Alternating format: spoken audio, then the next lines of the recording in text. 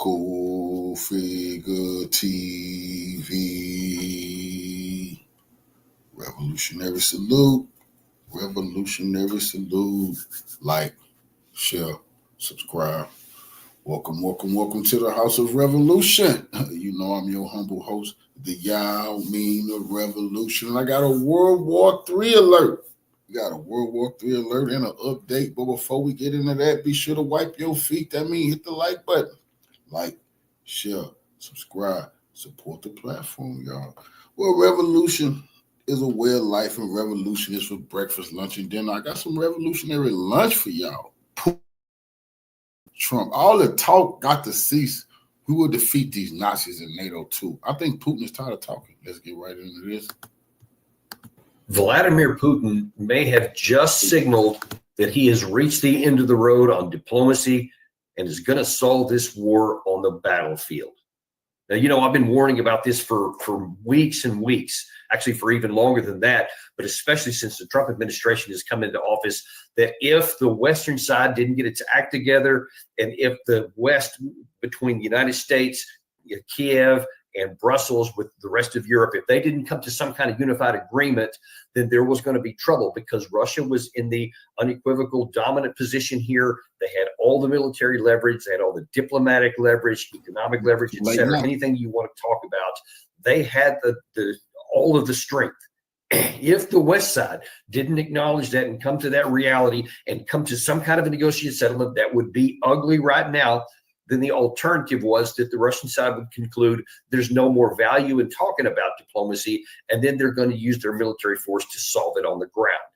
There was a signal from Vladimir Putin just a couple of days ago in the Russian port city of Murmansk, where they have a naval base there in the Arctic region, where it seems that he may have said just that. And connected with a bunch of other information we have also of recent days, then I think that we're going to start seeing something very soon on the ground, that things change. Signals are one thing, and every time a signal has been sent, there's an opportunity to send a counter signal back. So we are still basically in the 11th hour, the final minutes before it's possible, before it becomes impossible to have a negotiated settlement that is just ugly for the Ukraine side. Because the alternative is going to be that Russia is simply going to take on the ground everything it wants. And I promise you that what he's going to take will be far more than what's on the table right now diplomatically. Now, let me first show you the key point here, because Putin has often been kind of talking in ethereal ways and kind of reading between the lines kind of situation. These comments that he's about to make right here are among the strongest he's made, maybe the strongest, especially on the last part of the clip that I'm about to show you. You'll see he's, first of all, talking to some of the sailors of a submarine, and I think the 155th Marine Brigade, one of the commanders is actually in the room here. And in the process of explaining what he's about to, he sets up by saying, hey, we've been trying to get this negotiated for a long time. We tried to get this settled in Istanbul early in the war in April of 2022, but the West side wouldn't have it. So that's the context of the comments you're going to see here, and then watch where it goes from there. Former Prime Minister Mr. Johnson convinced the Ukrainian leadership that they needed to continue armed struggle to the last Ukrainian, essentially, in order to inflict a strategic defeat on Russia. Apparently, he forgot that there are units like yours, that there are assets like your submarine. He either forgot or simply does not fully understand what the Russian people are, what is in our people's hearts and souls when it comes to the security of the motherland. As for what is happening today, it is basically clear as well. Along the entire line of combat contact, our forces hold the strategic initiative. Not long ago, I said, we will press them, and there is reason to believe that we will defeat them. Now, that's what he said there. There's some other, actually a lot of other translations are not that we will defeat them, but this one here says that we will finish them off. So apparently in some of the Russian language, some of the translations have been that it was much stronger than that, that they're going to finish off the Ukraine troops. Now, you may say, okay, that's NATO. Maybe that's just hyperbole, especially if you're looking through a Western lens. We say strong stuff all the time. especially if you've been seeing the Europeans here of late.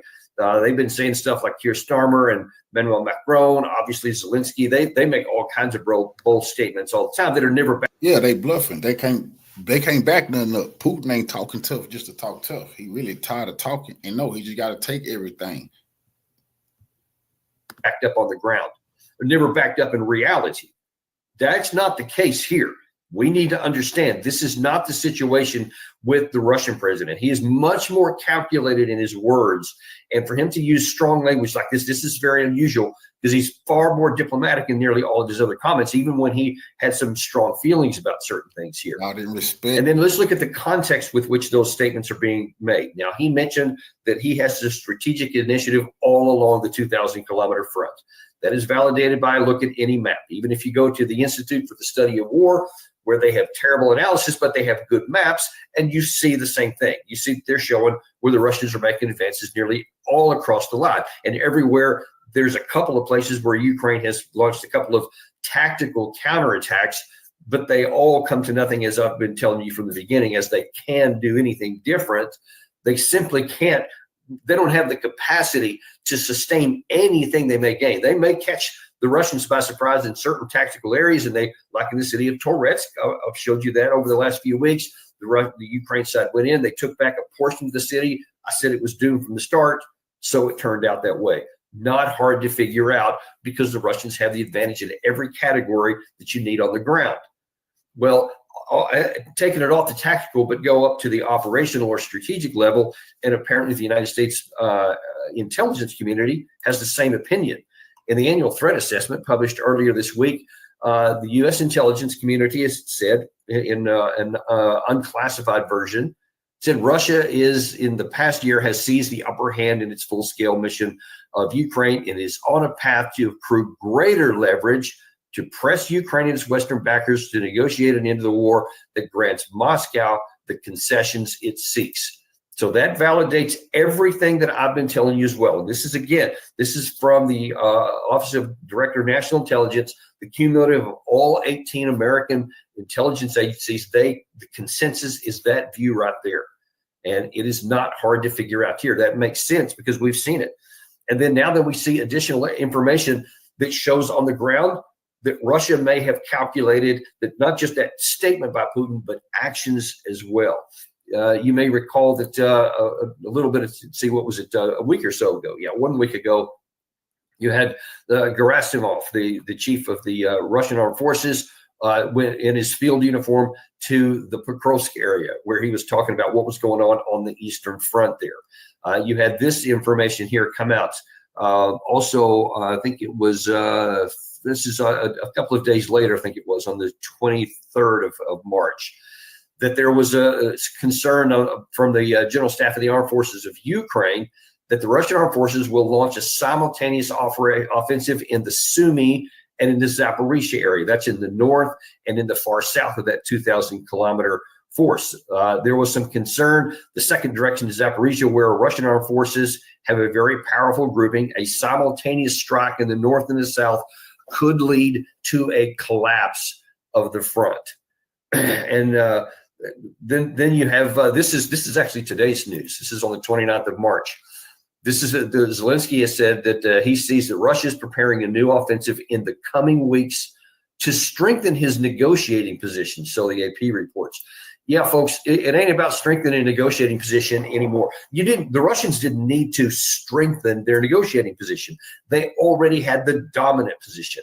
There was no more question about it. Anyone who's willing to look at this situation honestly and legitimately, apparently like the genuine U.S. intelligence community, they see the same thing we do.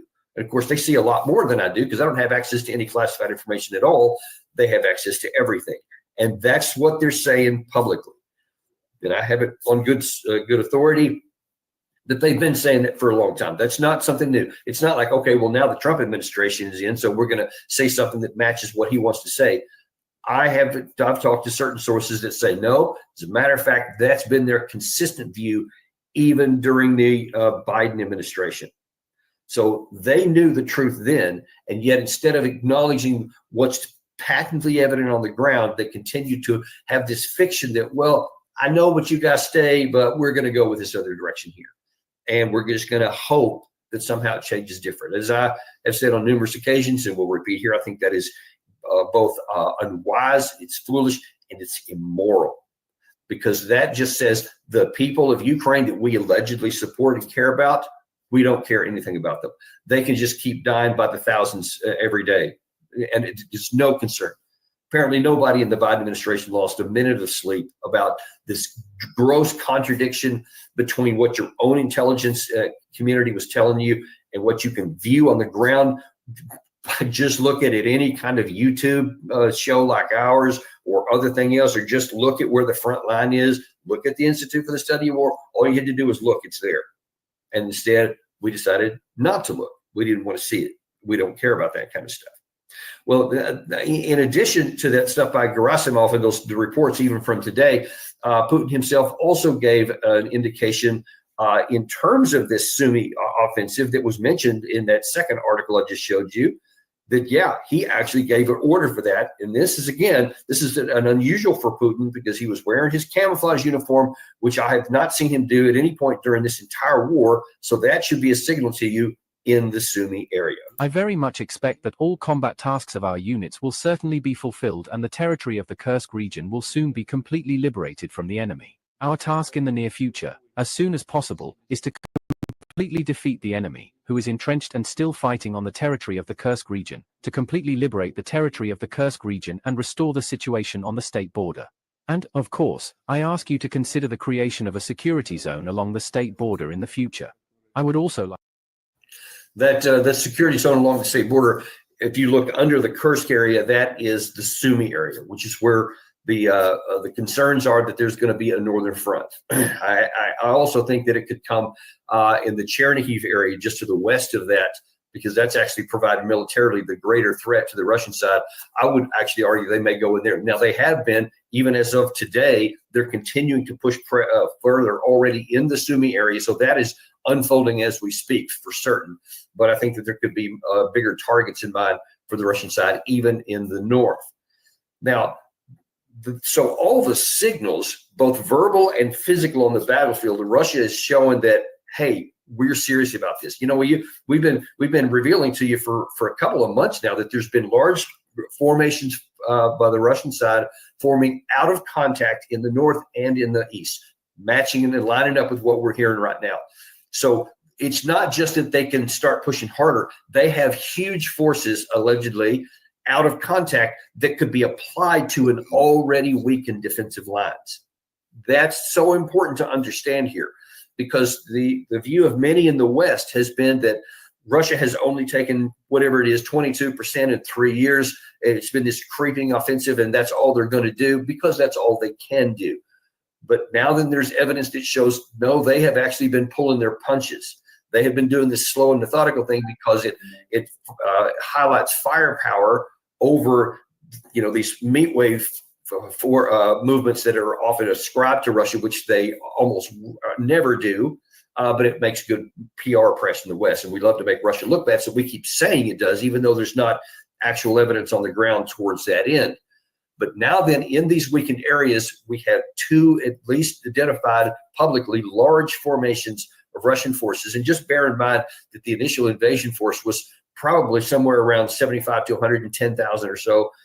No one knows for sure the right number, but it was relatively small. There are two forces of that size not in contact on top of the roughly 600,000-700,000 that are already along that 2,000 line of contact. Doesn't take a genius to figure out that if you put that kind of pressure on weak points in the north and in the south, on top of what's already there, on top of the limitations that the Ukraine side has in manpower, in artillery systems, in weapon systems of other kinds, ammunition, air defense, all of those things, that you could have a breakthrough, that you could have a collapse of the front. And just like that article did warn, that you could have an absolute collapse. And if you get a collapse in either the north or the south, historically speaking, you have the possibility that the entire line of defense rolls up and crumbles. And of course, as I told you, I mean, just physically speaking, if you have a big breakthrough like that, beyond the lines where the fortifications are and where the defensive lines are, you have the open country to just drive into. after that. And then how's anybody going to stand with that? Because you can't move reinforcements anywhere. You can't move your reserves from one place to another. It's game over, folks. That's what we're at here. This idea that Russia, I saw some reports this morning that said that the Ukraine side feels that it, kind of gave a warning, and some on the Western side that this war could drag on until the end of 2026, but then they're not going to be able to sustain it. 2026, what are you talking? At the end of 2025 is one other source said. You might not even get to the summer, folks. If this does kick off the way that they're saying, and it could come within weeks, this war could be over within weeks or a couple of months. It's that serious. Now, that is an honest rendering of what's happening. You have our reports here, which we give you all the time. You have a number of other reports that we cite. You have the U.S. annual threat assessment. It's pretty valid, pretty reasonable source to base upon. That's just the situation that we face. Now, why then do you have the European side coming to a rather different viewpoint? Now, one of the frustrations that Sergei Lavrov has, he said, despite all the things that we see here, all the things that we're talking about, they seem to be on somewhat of a different sheet of music. Europe is now taking a completely different path, just as in the times of Napoleon, in the times of Hitler, and the Crimean War. It is once again showing its eagerness to inflict a strategic defeat on our country. By pumping the Kyiv regime with weapons, London and Paris, especially the two leaders, Starmer and Macron, with the support of a not-so-powerful choir from the Baltic states and several other countries, are not only talking about continuing to supply Ukraine with weapons, but also about some kind of coalitions of the willing, and about deploying a so-called peacekeeping mission, or a mission to ensure Ukraine's security after the war ends. So, see, he's trying to tie some things from the past, and it's saying, things of the Great Patriotic War, which is what the Russians call World War II. And he's saying, you guys are talking about this coalition of the willing. You're talking about having peacekeepers. What he's saying is, y'all have never stopped trying to destroy the Russian people and seize our land and break our great country up. For centuries, that's what y'all been steady trying to do consistently. So he's showing Europe is the same old Europe, has never changed. Intentions are the same. That's what he's saying. But Russia's more powerful than ever, and it can put the European leaders and the militaries out of commission. All of which they have categorically refused, and in fact have said over and over, does not get to the core reasons of the war. Russia said that they want to end the war as long as the core causes of the war, the root causes, are addressed and solved. One of the absolute central root causes is the idea that you're going to bring NATO inside Ukraine. Now, what sense does it make for us to sit there and continue to say we're going to bring NATO troops inside of Ukraine and call them peacekeepers or whatever else, but you're putting physical troops from NATO countries inside the Ukraine, and somehow you think that's going to pass the smell test. Somehow you think that from a position of strength that the Russians are going to allow this, that they're going to come to a negotiated settlement that says, yes, you can come in, or we won't shoot you. Now, you may think, well, that's just Russia being hyperbolic. They're making all these claims. It's not. It's like the straw man, that they're saying stuff that the Europeans didn't actually say, and they're finding fault with it, whatever. That's not the case here. And don't take my word for it. Take Emmanuel Macron. These reassurance forces, part of the Franco-British proposal from several weeks ago, are not intended to be peacekeeping forces. I clarified this point in response to one of your colleagues yesterday. They are not meant to be forces stationed on the front lines or forces that replace the Ukrainian army. Instead, they would consist of troops from certain member states, not all, as some do not have the capacity or the political conditions to do so. However, these forces would be deployed in strategically pre-identified locations with the Ukrainians, providing long-term support, European reassurance, and serving as a deterrent against potential Russian aggression. So He says right there, yeah, we want NATO troops. Oh, they put the fig leaf of saying, well, it's not a NATO mission. So, and Trump has already said there's not going to be any Article 5 associated with that if you do. But still, it's NATO troops under the fig leaf of reassurance forces. They even came up with a new phrase that has never existed before and should never have existed to put inside there. Who's it going to reassure? Okay, look at the definition. Just look at the logic of what Macron is trying to say here. And these 30 nations, by the way, it's not just the one man. 30 nations met in Paris this week to talk about this stuff. A reassurance means that you are going to reassure the Ukrainian leader, Volodymyr Zelensky, that Russia won't attack in the future because they'll know that they have the European troops, whether NATO or not, to deal with. Meaning that this will be a security guarantee of sort because, well, Russia's never going to risk actually going to war against us. So these troops will be in there.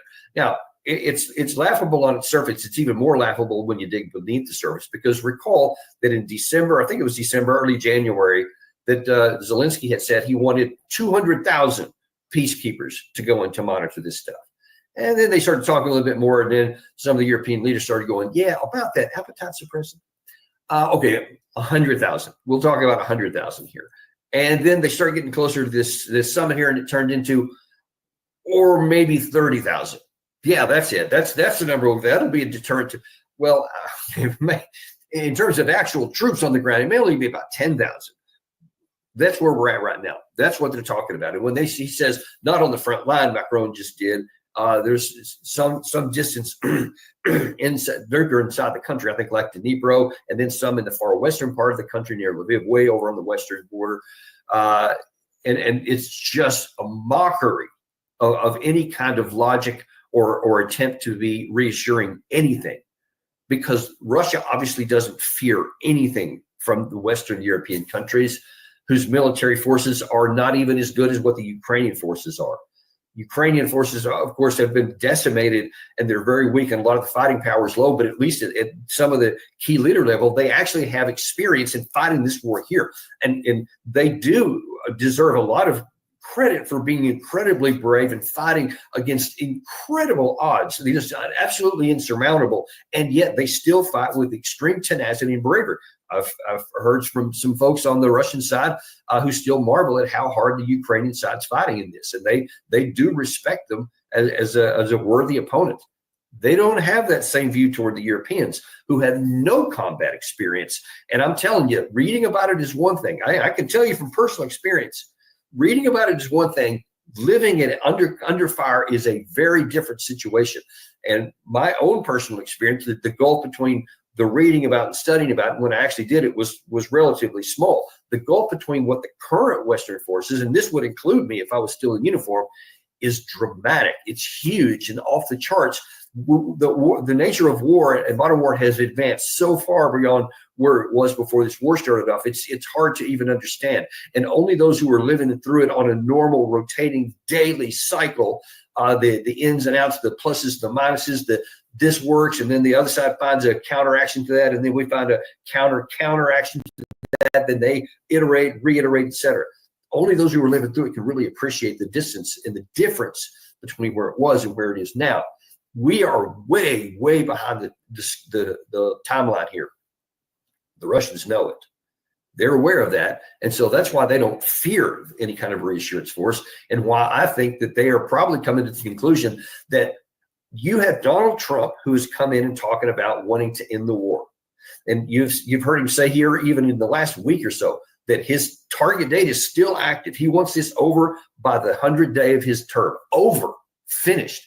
I think that's technically 30 April. So he's already saying, I want this deal done. Exactly. So there is no reason why anyone in the West, anyone in Ukraine should say that, hey, we need to keep adding something in here, this deterrent force or something that's going to compel Russia to come to an agreement that's counter to their interests, that they don't have to concede to. And you're still mentally trying to make the case for that. And it's just beyond crazy.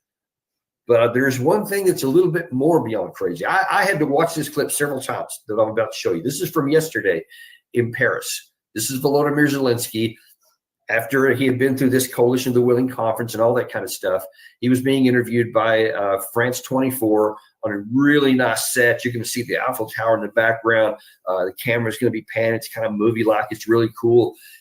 And I may even play this for you twice, but listen to what he said yesterday in Paris, France.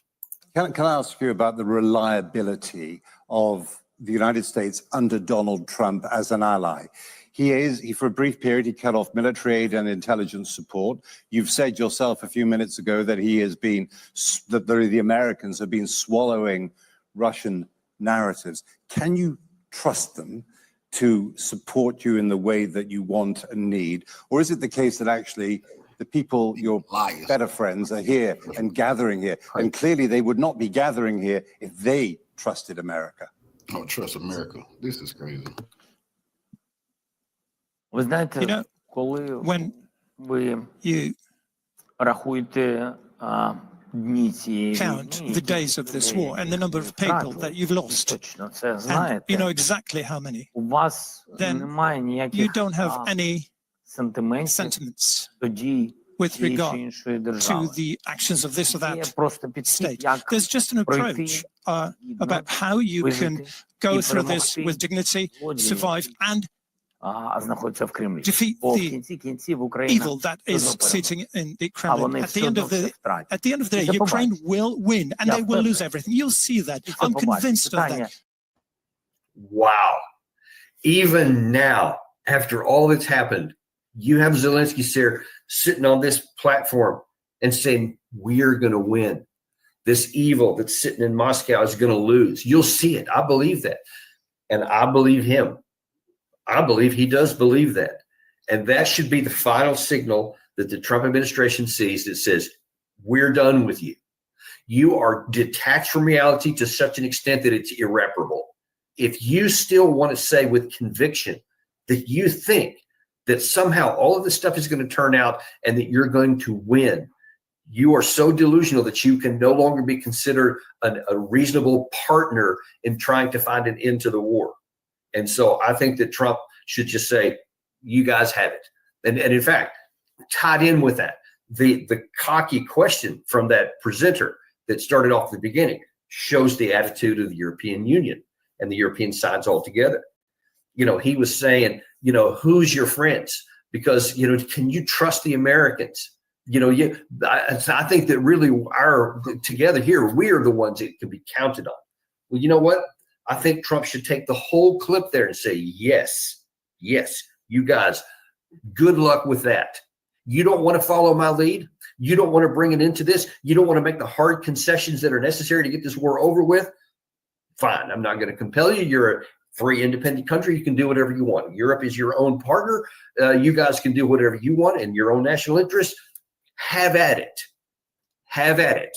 That's what I would recommend. That's what I think he should do, because he's almost being compelled to do that, because everything Trump is trying to lead into, these guys are pushing back on. And see, this is part, if I argue, and I think convincingly, that Zelensky is totally detached from reality and claiming he's going to win, so too are the Europeans who think that they can reassure Ukraine to some extent it's going to be plausible and palatable with the Russian side. That you can say, hey, we can just ignore what Trump is saying and keep supporting and keep going on. I think France came up with another $2 billion package as part of this. The Germans have recently offered a new package. UK has said they're going to provide more during this calendar year than they have at any point during the future. You guys are literally trying to, with a dump truck, throw money into a burn pit, because there's no rational path for any of this. And for the President Trump to keep on trying to say, hey, we're going to try and work with you, we're going to try and offer this or that, when you see how far detached they are from where the United States is. And listen, you heard, I think it was Witkoff that said a week or so ago that or maybe it was Mike Walls, national security advisor, that the U.S. and Russia were narrowing their differences. Well, you see, after all this coalition of the willing stuff, the U.S. and the Europe side are getting even further apart. And I'm going to ask you, which one of those two diverging views is more closely aligned with reality on the ground? I mean, the answer is self-evident, but somehow to even these otherwise really intelligent people, well-educated guys who have grown up and, succeeded politically. They cannot come to the most elemental, basic, fundamental, hardcore power reality on the ground. And it is just astounding that the bill payers for this are going to be the Ukrainian people. So you're going to send the Ukraine side out there every day. Hundreds of them are going to die every single day for your fiction, for your Hollywood script that you want to write for a movie, that you're just going to script in how those darn evil Russians are just going to collapse and, going to come wring in their hands and say, okay, Mr. Europe, whatever you want us to do. I mean, that's the ending that they're trying to craft and to author. But reality doesn't care about movie scripts. The reality is you keep sending men physically into battle under those conditions, and they're going to send them home in a body bag every day. And that's just until one day you're putting the situation is going to be, and I think that we're at that day, which is, what do you think that Russia's going to do? What is any rational thinking person who's not connected emotionally to either side, say everybody else in the world, what do they think the Russians are going to do when you have all the negotiating leverage, you have a willingness to have a negotiated into this again, as you have several times during this war, to include in the years before it, and then it gets rejected. It's been rejected every time. Ukraine has lost over 1 million men because of our unwillingness as a Western bloc, Ukraine, United States, and Europe. We have refused to be reasonable at the expense of this. And now then the Russians, who, to their credit, it's hard for me to imagine why they would have done this. I don't know that I would have in the circumstances, but they gave one more chance for negotiated settlement. And now it looks like that has been breached based on the comments that Putin has made, based on the fact that we see military movement. There's been a lot of information flowing around on Russian telegrams that troops are on the move, that people are being mobilized, that gives credibility to these public statements that we've seen here. It looks like something is getting ready to happen. And just from a military analysis and from a historical perspective, as well as a conventional look at what's happening right now, you put that kind of pressure in a concerted way on either the North or the South, or both simultaneously, something's going to break. Something is going to break. There's just no chance for the West right now. And they are condemning, by Europe and Kiev, they are condemning Ukraine not just to lose the 4 administrative borders of the 4 provinces that were annexed in 2022, but almost certainly up to the Dnieper River, probably beyond it in the south, probably will go all the way to Transnistria. We'll take Odessa, we'll take Kharkiv, and we'll probably come right up to the gates of Kiev. And one can only wonder if at some point sanity returns at least enough for capitulation before the Russians are faced with, should we also take the capital city? They couldn't do it in 2022. They only had a fraction of the number of troops. I don't know that they ever intended to conquer the city itself. They didn't apply enough troops. If they did, then they were badly mistaken on what it takes to do that.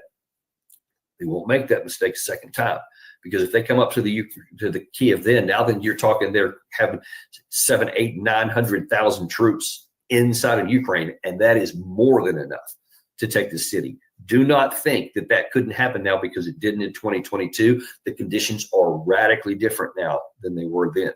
That's what's at stake right now. We're still in the 11th hour. There hasn't, neither one of these offensives in the north and south have started. There is still a chance at this late hour to finally say, holy crap, enough is enough. Let's have some sanity come back into the equation here. Let's do what makes sense and save and preserve what's left of Ukraine while there's still a few minutes left to accept a negotiated settlement. We'll see what's going to happen. We're going to continue to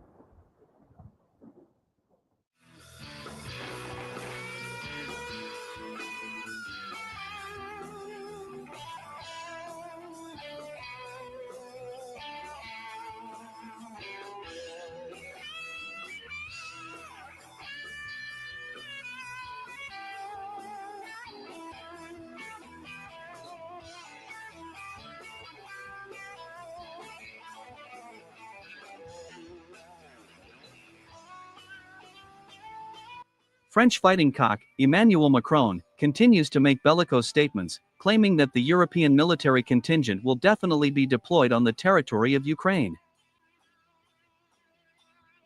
At the same time, this French rooster stopped calling the European military contingent peacekeepers.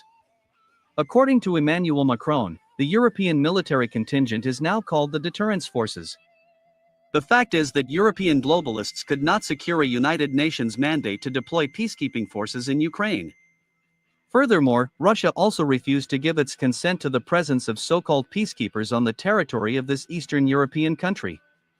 In this regard, this new little Napoleon was forced to name the European military contingent as a deterrent forces. And, according to Macron, these deterrence forces will be deployed in the Odessa region and along the Dnieper River to prevent the Russian army from advancing deep into Ukrainian territory.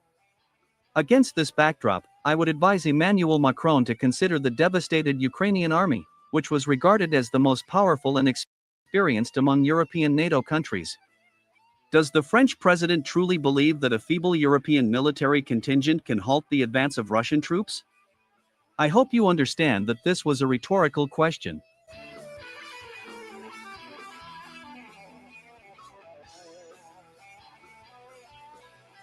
Meanwhile, the French Ministry of Defense continues to be outraged by Russia's aggressive actions against its military aviation over the Baltic and Black Seas. At the same time, the French military department is trying to turn a blind eye to the fact that it is precisely the bellicose rhetoric of Emmanuel Macron that forces Russia to act harshly towards the French military. So, while the French Ministry of Defense was trying to recover from the shock after the incident with the French patrol aircraft in the skies over the Baltic Sea, it became known about another incident between the French and Russian forces, this time in the skies over the Black Sea. As it turned out, AWACS aircraft of the French Air Force, Boeing E-3 Sentry, escorted by two Mirage 2005 fighter jets, were locked on by Russian S-400 air defense systems. This incident occurred in the international waters of the southeastern part of the Black Sea. It is noteworthy that the Russian military acted very harshly. Reports indicate that the Russians, in a categorical form, demanded that the French pilots leave the area immediately. In case of refusal, the Russians promised to shoot down all French warplanes. As a result, the French pilots had to abort their mission and flee towards the NATO airbase in Turkey.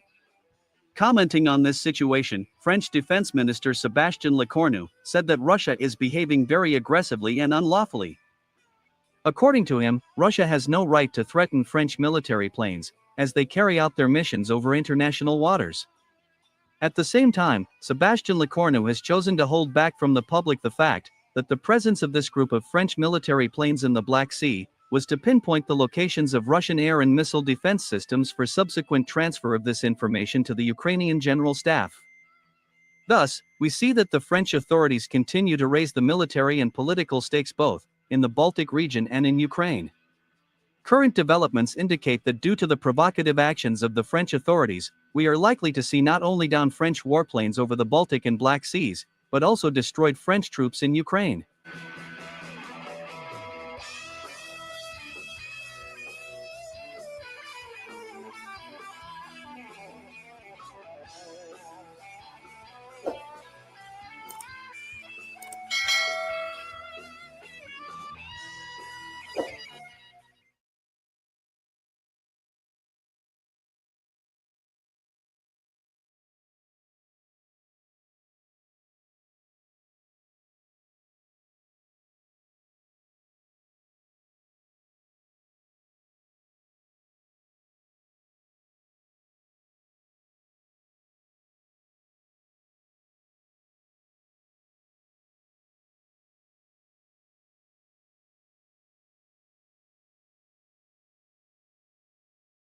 This entire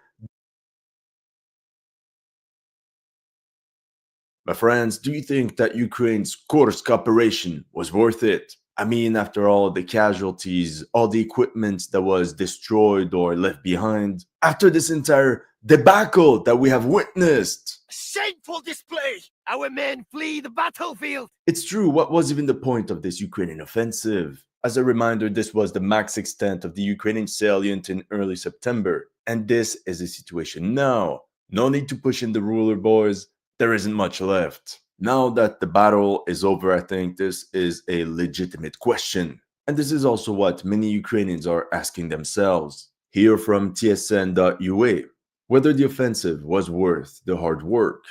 Union, ordinary citizens lack understanding of why this operation was even necessary, or in this one, was the operation justified? Take a look at this. Trolling aside, measuring the success of the Kursk operation is difficult. It's not as simple as with the battles of Bakhmut, Avdiivka, or the 2023 summer offensive, which had clear objectives. You see, in the summer of 2024, Ukraine pursued a multitude of objectives. From a military perspective, the primary goal was to divert as many Russian forces as possible from Pokrovsk and allow some breathing room for the Ukrainian troops. Perhaps another goal was to cause as many casualties as possible on the Russian armed forces on a battlefield that was selected by the Ukrainians. This means we will have to estimate the number of casualties on both sides. I was looking through Ukrainian and Russian casualty reports like this guy in the movie All Quiet on the Western Front, adding up data people are too lazy to go through. More on that in the second part of the video. Finally, the operation likely had a political dimension as well. So these are the components we will analyze in this video and check whether or not Ukraine actually reached these objectives. You know, maybe if Ukraine had more troops available and for that matter a better recruitment website, the Kursk operation could have been more successful. In today's digital world, everybody knows that big dreams require a solid website. If you don't know where to start, I recommend Odoo's Website Builder. It's the tool you need to take your online presence to the next deteriorating situation in Donbass in the summer of 2024. Between the 1st of April and late July, the Russian army advanced steadily towards Pokrovsk, one of Ukraine's most important logistics hubs in the entire region. Ukraine tried to deploy entire battalions of mobilized personnel into the battle, only for them to be steamrolled by the Russians within a week. Ukraine needed some sort of diversion, ASAP, in order to buy time and for its army to regain some strength. Bled Zelensky, not this! As stated by Ukraine's commander-in-chief Syrskyi, one of the objectives of the operation is to divert significant enemy forces from other directions.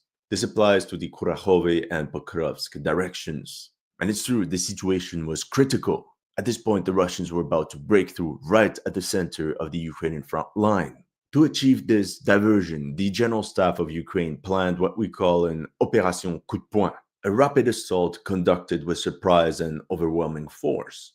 That's how an entire Ukrainian battle group was concentrated in staging areas while maintaining secrecy, and on D-Day, they breached the poorly defended Russian lines in Kursk Oblast. The idea was for Russia to respond to this unexpected invasion, to this provocation, and to do so the Russian command would have to halt its offensive operations near Pokrovsk and Kurakhove, to hastily transfer all these troops to the north, to Kursk.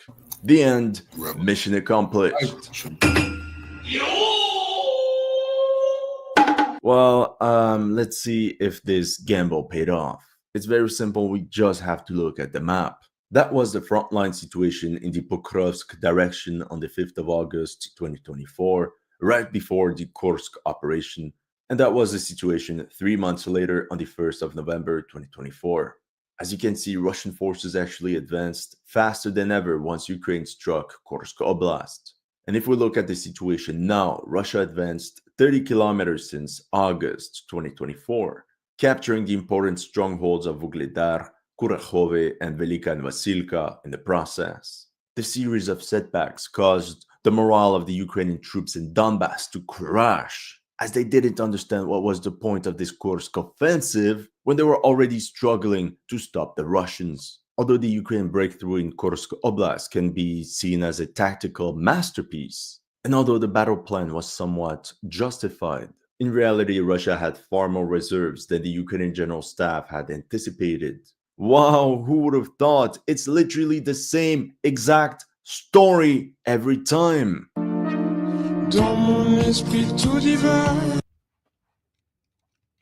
This marked a colossal failure by Ukrainian intelligence services. This is what happens when you get high off your own propaganda. They actually thought the Russian army was crippled by so many casualties. To counter the Ukrainian incursion into Kursk Oblast, The Russian Army Command simply cancelled operations on secondary fronts.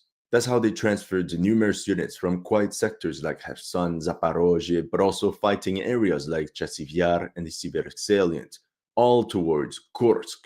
The Russian command could do this because the majority of these units of the Russian armed forces that were sent to Kursk were relieved by various formations of militiamen from Donetsk and Luhansk oblasts. Overall, this means Russia had enough forces to continue their offensive on Pokrovsk, all the while concentrating troops for their counteroffensive in Kursk. But let's dive a little bit deeper into these Russian reinforcements. In the Kursk video that I posted at the end of November, we could see how Russia had transferred a total of 6 airborne regiments and brigades to stop the Ukrainian offensive. Those are considered elite assault units. These regiments and brigades were attached to the 106 and 76 airborne divisions that were previously stationed around Siversk and Chasiv Yar. This redeployment meant that Russia had to completely abandon the idea of storming these cities and ultimately its push towards Slavyansk in order to salvage the situation in Kursk. And what's crazy here is that the Ukrainian intelligence services didn't even notice this redeployment of forces. For example, that was the frontline situation on the 1st of August on the northern part of the Donetsk front, between the cities of Taretsk and Siversk. And this is how much the front evolved in the following 4 months. Barely any change could be reported. The Russian army essentially came to a full stop. Meanwhile, this other unit attached to the 7th Guards Mountain Air Assault Division was redeployed from the Zaporozhye front. We could also talk about this 83rd Guards Air Assault Brigade that was transferred from Vovchansk on the Kharkiv front also towards Kursk. But that wasn't enough for the Russian command. Then came the 11th Separate Airborne Brigade, which was transferred from Chasiv Yar as well. There was also the 155th Marine Brigade, which was redeployed from Vuhledar, the 810th Naval Infantry Brigade from the banks of the Dnieper River, and the 40th Naval Infantry Brigade from the Velika Vasilivka sector. The Russian Army Command really scrambled for manpower and sent them all towards Kursk.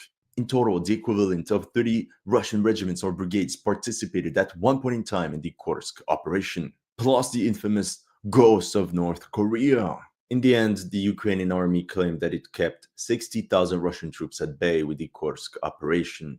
I mean, yeah, it's possible over the course of 7 months, maybe, but I don't think there were more than 30,000 Russian troops actively fighting at any given time. So to get back to objective number 1, the Ukrainian diversion failed to stop the Russians from pushing towards Pokrovsk.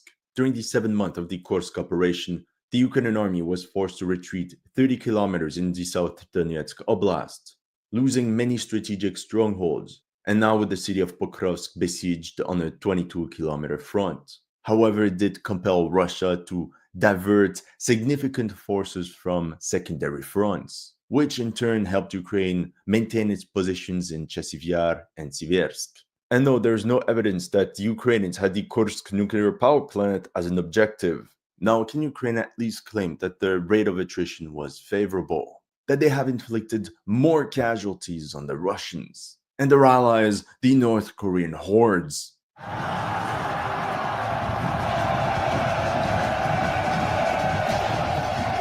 Let's start with equipment losses since we have verifiable data. The following data that I'm going to use comes from a Twitter account called Nalzio.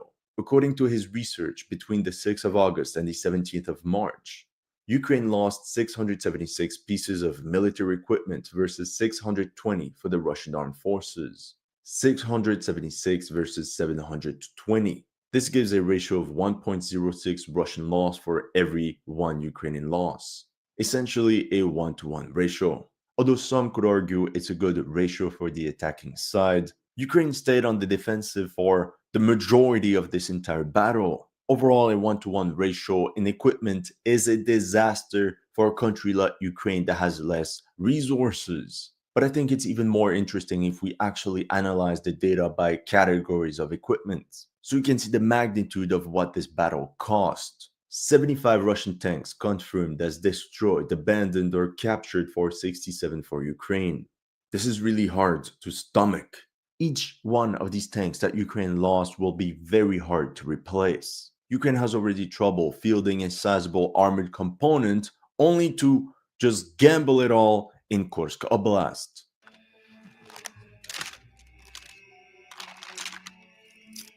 We can also take a look at a map of geolocated Ukrainian armored losses by a Russian site called Lost Armor. Although they could only verify 410 Ukrainian losses, they marked the model of the 67 Ukrainian tanks that were confirmed as destroyed.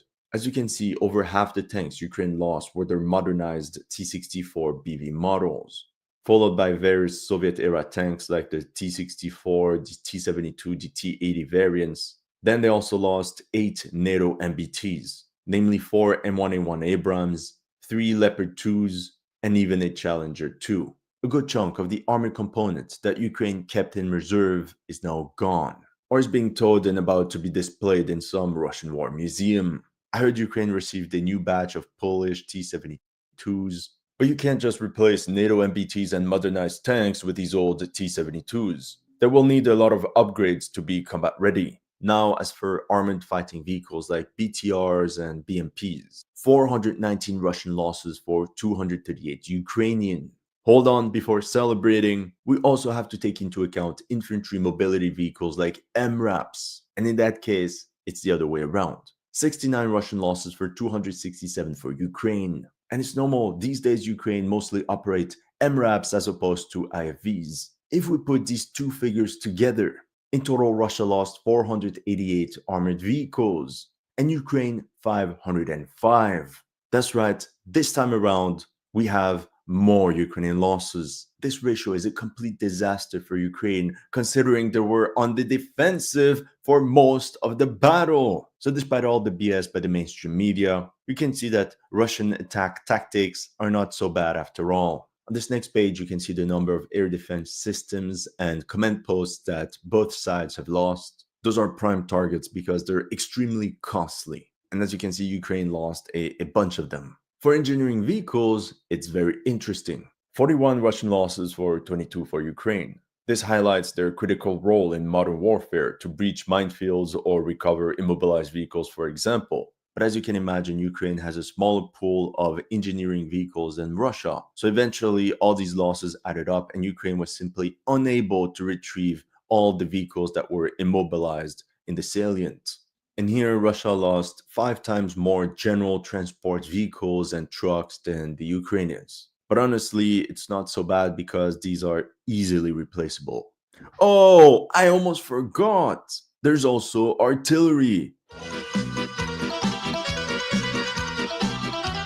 Once again, we're all aware that Ukraine is suffering from a shortage of artillery pieces. So in this graph, we have rocket launchers, MRLS systems, self-propelled howitzers, and towed howitzers. Eyes open, what do we see here? 18 confirmed losses of artillery pieces for Russia and 36 for Ukraine. GG, well played. Ukraine literally lost 2 times the amount of artillery than Russia. Overall, this amount of losses in military equipment is catastrophic for Ukraine, especially since they depend heavily on their Western partners for replenishment. It's true that the Russian army lost hundreds of pieces of equipment, but they've also managed to reclaim almost all the territory, thus allowing them to recover most of the vehicles and pieces of equipment that were abandoned or left behind. Mechanics can then repair them, and if not, at least keep them for spare parts. For Ukraine, however, any vehicle they couldn't recover is considered a complete write-off. So objective number 2, was the rate of attrition favorable to Ukraine? No. A good amount of Ukraine's mechanized capabilities was crushed in Kursk. Tja, General Friedrich, Kursk is really a cursed land for us. Now we're going to talk about the very touchy topic of personnel losses. If we take a look at official figures, Ukraine claims that Russia suffered 48,000 casualties, of which 20,000 deaths, whereas Russian news agency TASS reported over 67,000 KIA or wounded for Ukraine. Of course, we have to take these estimations of enemy losses with a pinch of salt. What I find interesting is that many analysts said that estimating personnel losses was impossible because there's simply no data. That is false. There is, but it requires a lot of time to go through. I spent that time for you, sacrificed an entire weekend, and here are the results. For Ukrainian losses, there's a website called ualosses.org. It's an open source volunteer project started by Ukrainians, but that is registered in St. Kitts and Nevis, most likely to remain anonymous and to avoid censorship. The website is not perfect, it's laggy, it often goes down, but it's the best we have at the moment. As opposed to Mediazona, which calculates Russian losses, in this one we actually see the names and even pictures of the soldiers that fell on the battlefield. And I'll be honest, at some point I had to take breaks because it was just too much to handle. Going through entire lists of men that are somebody's father, brother, son, husband, since there are thousands of people listed there, it would simply take too much time to go through them individually. So I took a sample of 500 people per month and checked how many of them were listed as KIA in Sumy or Kursk Oblast between August 2024 and March 2025. From the sampling I've done, we can estimate that in August 2024, the AFU suffered about 22% of all its losses in the Kursk operation, especially considering many of these troops were part of Ukraine's elite formations, like the 80th, 82nd, and 95th Brigades of the Airborne Assault Forces. Then Ukraine continued to attack in September, with 18% of all recorded losses in Kursk. After that, Ukraine switched to a defensive posture. October, 19%, November, 19% as well, December 2024, 20%. As the salient kept shrinking, defensive positions were lost and supply lines started coming within range of enemy drones. January 2025, 24% of Ukrainian losses occurred in Kursk.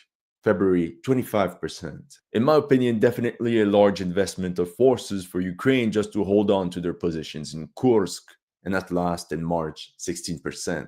From this sample, I could estimate that Ukraine lost at least 1,870 KIA from August 2024 to March 2025 during the Kursk operation. And hear me out, this is the bare minimum. Going through the website, it's clear that not all casualties were reported. The number of confirmed fatalities will most likely increase as the months go by. So to get the true magnitude of Ukrainian losses in Kursk, we have no other choice but to extrapolate. For example, during the 10-month-long river crossing operation against Krinky, Ukraine admitted to 262 soldiers KIA and, wait for it, an additional 788 missing in action. That's why we're literally talking about a ratio of 1 fatality for 3 missing. It's actually unbelievably high. So overall in Krinky, we're looking at 1,050 fatalities.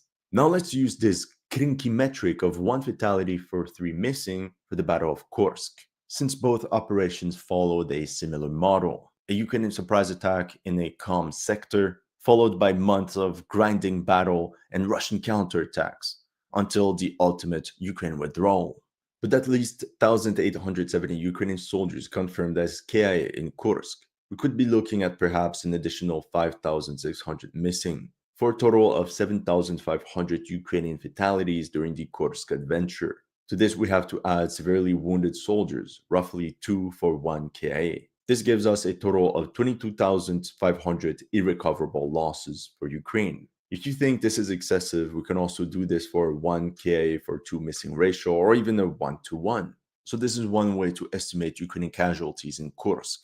Another way would be to use the percentage of Ukrainian losses that were sustained on the Kursk front every month and extrapolate using the number of Ukrainian monthly casualties. Although there's no official data, in one of my previous videos, we estimated Ukraine's lowest attrition rate at 20,000 irrecoverable losses per month.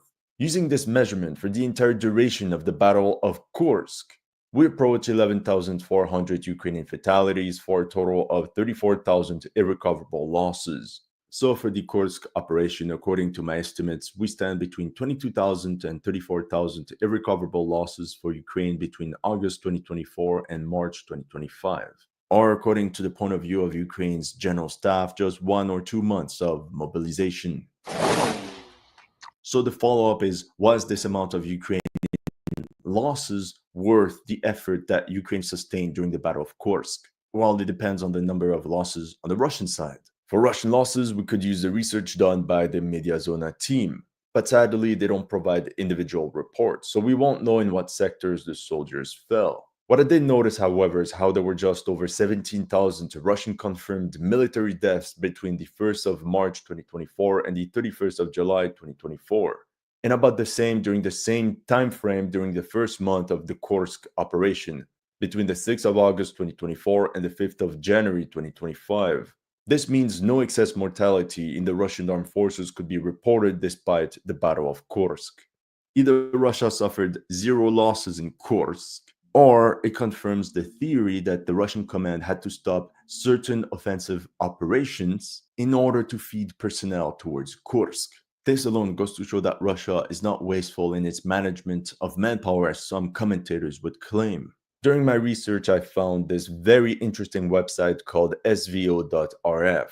In my opinion, it's the basis for the Mediazona website, since we see names, pictures, and date of death of soldiers. Now, what's interesting is that a lot of people are counted twice, but I guess that's another story. So the plan was to gather data by only selecting people where the location of death was clearly indicated. To be frank, it took me hours only to find 116 people that fit into this criteria. But at least I got the minimum sample size that I needed to analyze all the data. In the end, according to these results, about 20 to 21% of all Russian fatalities between August 2024 and March 2025 took place on the Kursk front. Using the data by Mediazona, with approximately 25,000 Russian soldiers KIA between the 6th of August 2024 and the 27th of March 2025, we can estimate that just above 5,000 of them fell during the Battle of Kursk. I think it's fair to say that we can apply the same one-to-one ratio between Russia and Ukraine for personnel losses as we did for the equipment. It's possible Russian troops and their North Korean allies suffered more casualties since they were on the offensive for most of the time, but they could have also sustained less casualties due to Russia's firepower advantage. To conclude, Ukraine's objective number 2, the attrition rate during the Kursk operation was not favorable to Ukraine at all. All this for what? We go back to point number 1, but in that case, the diversion failed to stop the Russians from pushing towards Pokrovsk. So we have to look at objective number 3, the political dimension. Lastly, another goal for Ukraine's Kursk operation could have been to convince the West to continue supporting Ukraine and secure US military aid. In a way, it's true that Ukraine demonstrated its offensive capabilities. However, at this point, we can say that Washington remained extremely cold, if not outright hostile in regards to Ukraine, to the extent where Trump momentarily suspended military aid to Ukraine. Overall, it seems the Kursk operation played very little to convince Western partners to continue supporting Ukraine. However, we can note that Ukrainian presence on Russian territory prevented Russia from accepting Trump's proposal of a ceasefire, and thus picture the Russians as the bad guys preventing peace. That could also explain why, right after the Kursk debacle, the Ukrainians launched a surprise attack into Belgorod Oblast. So in regards to Ukraine's objective number 3, I would say it's 50-50. So in conclusion, Ukraine's Kursk operation failed to divert the Russians from their Pokrovsk offensive. The battle ended in a very unfavorable attrition rate for Ukraine, both in terms of equipment and manpower. Lastly, Ukraine more or less managed to secure Western military support. In the end, we can say that Ukraine's Kursk operation was bold and that it was worth a shot, but that perhaps Ukrainian troops should have been withdrawn earlier, when it became clear that most of the objectives could not be reached. This would have saved a lot of lives and prevented all this equipment from falling into enemy hands. That's all I have for you today. Let me know in the comment section what you thought of my analysis.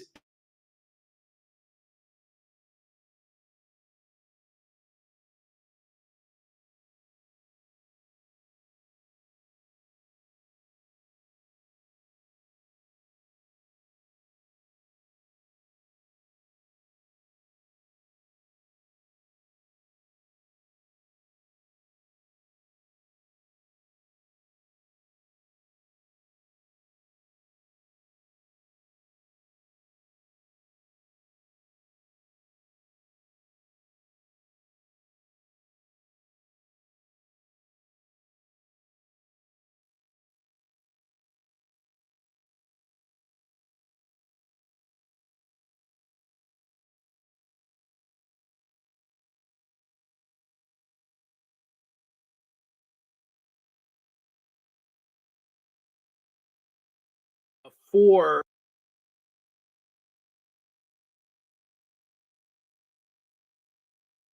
using words about Odessa and things like that. Now it seems to me, and you're going to have to fill me in, it seems to me that they're getting a little tougher in their stances. He's apparently said something to the effect of the UN may have to run Ukraine in order for us to be able to deal or sign anything with these bastards, my emphasis, because they're untrustworthy bastards. I'm mad at that. I think he wanted to say that, but I don't know how to say that word in Russian. Swolochi. Oh, there we go. So what do you think?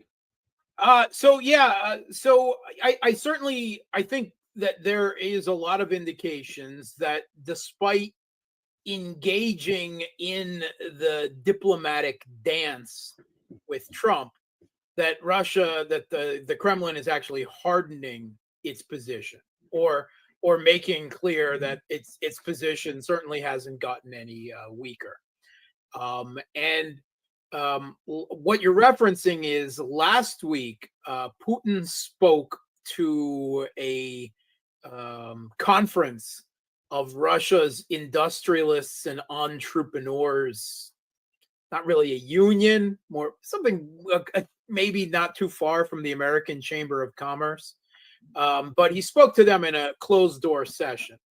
But when things are spoken like what he spoke about, and he was really speaking about big geopolitical, geoeconomic concerns, and he even said, well, for the nitty gritty business side of it, there'll be someone on to talk to you in a few moments, about that. But what he spoke to them about is first that they should not expect sanctions. Certainly not in their entirety and not in any significant amount to be lifted by the West on Russia anytime in the near future. The Russian government is not expecting that. And he's letting the heads of the industrialists, the business people know, don't get caught up in the hype of the Western news cycle and start to get fantastic and unrealistic expectations, whether those be good or bad, because it has to be said that a lot of those industrialists and some of them would benefit from the lifting of sanctions, and others of them whom have made up for imports lost and have expanded business niches where Western companies have pulled out. They don't want sanctions lifted. I mean, there's a lot of people that do not want those sanctions lifted in Russia at all, because they're doing and generally the country's doing just fine. It's growing at a much faster clip than the U.S. and then the EU. So I mean, Russia's growth rate is fine. In fact, if anything, they're worried about an slightly overheating economy. So there's some who would benefit. There's just as many, if not more, whom would be concerned about Western companies suddenly coming back to the market. But he said, don't worry so much about that, because these sanctions by the West are not only really just about the Ukrainian conflict. They're part of a new retrenchment of the West in geoeconomic terms. And this is the way that they choose to compete now, right? The era of free trade and globalism is over, right? And sanctions, tariffs. Trump loves the words tariffs, evidently because of his fascination with the presidency of William McKinley and his tariff wars and the like. He seems fixated. Sanctions bad, tariffs good. But anyway, Putin said, first of all, don't expect sanctions to be lifted, in any significant way anytime soon. That these will become a feature of of the landscape between Russia and the West. That they are the new norm. He also made clear something about Russia's position going into negotiations. That despite the West, particularly the Europeans, trying to deny this, that as far as the Russian government, the Russian people, the Russian constitution, and must be said, the people in those regions are concerned. Not only Crimea, but Donetsk, Lugansk, Kherson, and Zaporozhye, in their entirety, administrative borders are part of Russia, and there will be no hedging on that, no compromises, no concessions, no. And it has to be said that a significant portion of those, all right, or a not insignificant portion of those are still out of Russian hands. Kherson City, which Russia withdrew from in the autumn of 2022, Zaporozhye City, which Russia never took, and also the significant last defensive line in the Donetsk, which is the Slavyansk, Kramatorsk, Konstantinovka line, and kind of up and down off the sides. You can count Seversk and Pokrovsk to the south, also as the last significant. Russia now controls about 70% of Donetsk and about 99% of Lugansk, but there's still some there remaining that they have to take. But anyway, Russia considers them, and as part of any ceasefire, much less permanent settlement, that the Kiev regime has to withdraw from those and withdraw all their military forces from those. And if they don't, well, then no ceasefire, not a general ceasefire anyway. And he went even further and said that as part of any settlement, the U.S. and the Kiev regime in Ukraine must accept, in the international legal meaning of acceptance, that those regions are part of Russia. Now, right? If you want to use the word annex, fine. I don't know that the people of those regions, the majority, would use that term. They, as far as they're concerned, they voted in referendums and they identify the majority of them as Russian. And we've got family in eastern Ukraine, so I'm well aware of the feelings and the particulars of the people there. And that is something that absolutely is probably impossible for and which may be very much an indication that Putin feels that the war is going to go on, right? And he's not willing to concede on that, and he understands that. And they went another step further and said that if you don't accept this in the short term, then we're going to add other Russian cities, Odessa, Kharkov, Dnipropetrovsk. Essentially, he's saying all the way up to the east bank of the Dnieper, right? That's which means Transnistria will be connected, right? Connected, right? Yeah. If Russia took Kherson, Nikolaev, and then Odessa, yes, there would be a direct connection to Transnistria as well, which has very important, geostrategic import as well, right? So is at that point, is Ukraine completely landlocked? Yes, at that point, Ukraine is completely landlocked. So obviously, the West will probably go to great lengths to avoid that, right? Macron has at numerous points specifically mentioned putting French troops in Odessa. He keeps dangling that out there, right? So that's very important to them. And likewise, for Russia, it is absolutely essential that there's no NATO military base popping up in Odessa, right? That would be a direct threat to Russia's security in the Black Sea. That will not be allowed, which was what the British were planning. I remember. Right. Yeah. I mean, they made very clear that they had plans to open naval bases on the Black Sea. So, there's a lot of people that said, people I know who said, oh, Russia's going to back down. Donetsk maybe, but not, Kherson and Zaporozhye, Russia will concede them because they want peace, blah, blah, blah, blah. And I'm like, no, not going to happen, right? It's, first of all, geostrategically, it would be a catastrophic mistake. Second of all, in terms of political capital, right? Russia included those regions in its constitution, right? Referendums were held, right? That would be such a political loss. So much political capital is invested in that it would be very hard for Putin to domestically back away from that.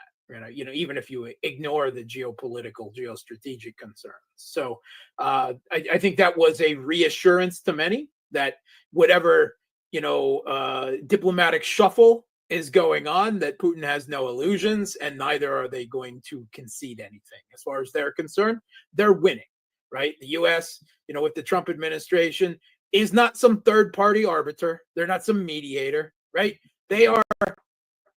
As soon as Trump became president, he owned this war, and the U.S. is losing this war. Mark Rubio has admitted that this was a proxy war on Russia, right? It's a proxy war the U.S. is losing.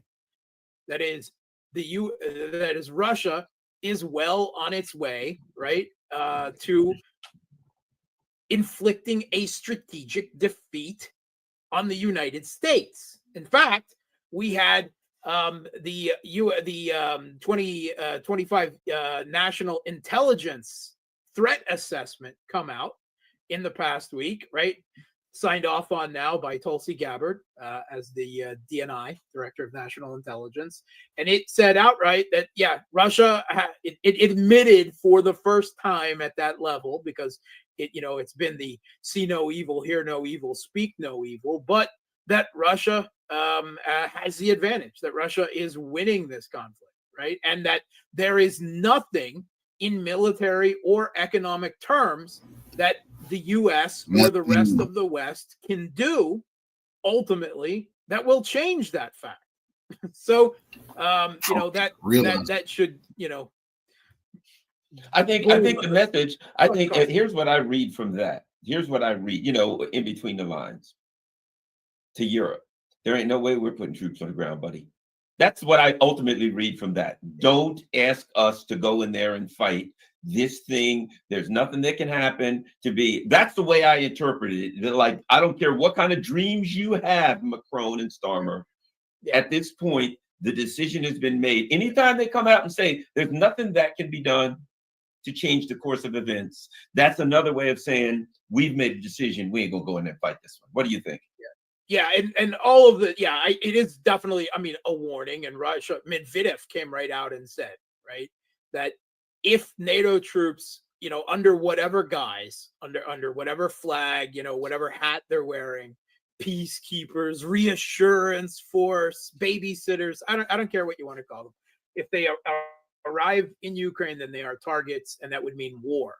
What if they're human rights activists that just happen to have weapons and things like that and they shoot at Russians, but they're human rights activists? I tell you what, with the number of Russian journalists who have been specifically targeted in the last week and killed, I don't think there's a lot of sympathy for whatever name that you want to call at this point. Now the actual documentation and the presentation of evidence in Kursk, will have to be meticulously collected and presented for war crimes charges against the Kiev regime and the West, which is fully complicit in everything that happened there. Not only were large numbers of civilians tortured, raped, killed, but I saw pictures of children, numbers of children who were killed, and they are horrible pictures, certainly on a par with all of the worst that we're seeing out of Gaza right now. So there's not that the mood in Russia right now is not a peace mood. I will tell you that flat out. That's a general assessment. And I think that the military, if for some reason the Kremlin, was, seriously going down some type of diplomatic path that would not lead to victory, they would be extremely upset with the Kremlin. I'll just say that. We'll leave that there. We'll put a pin in that.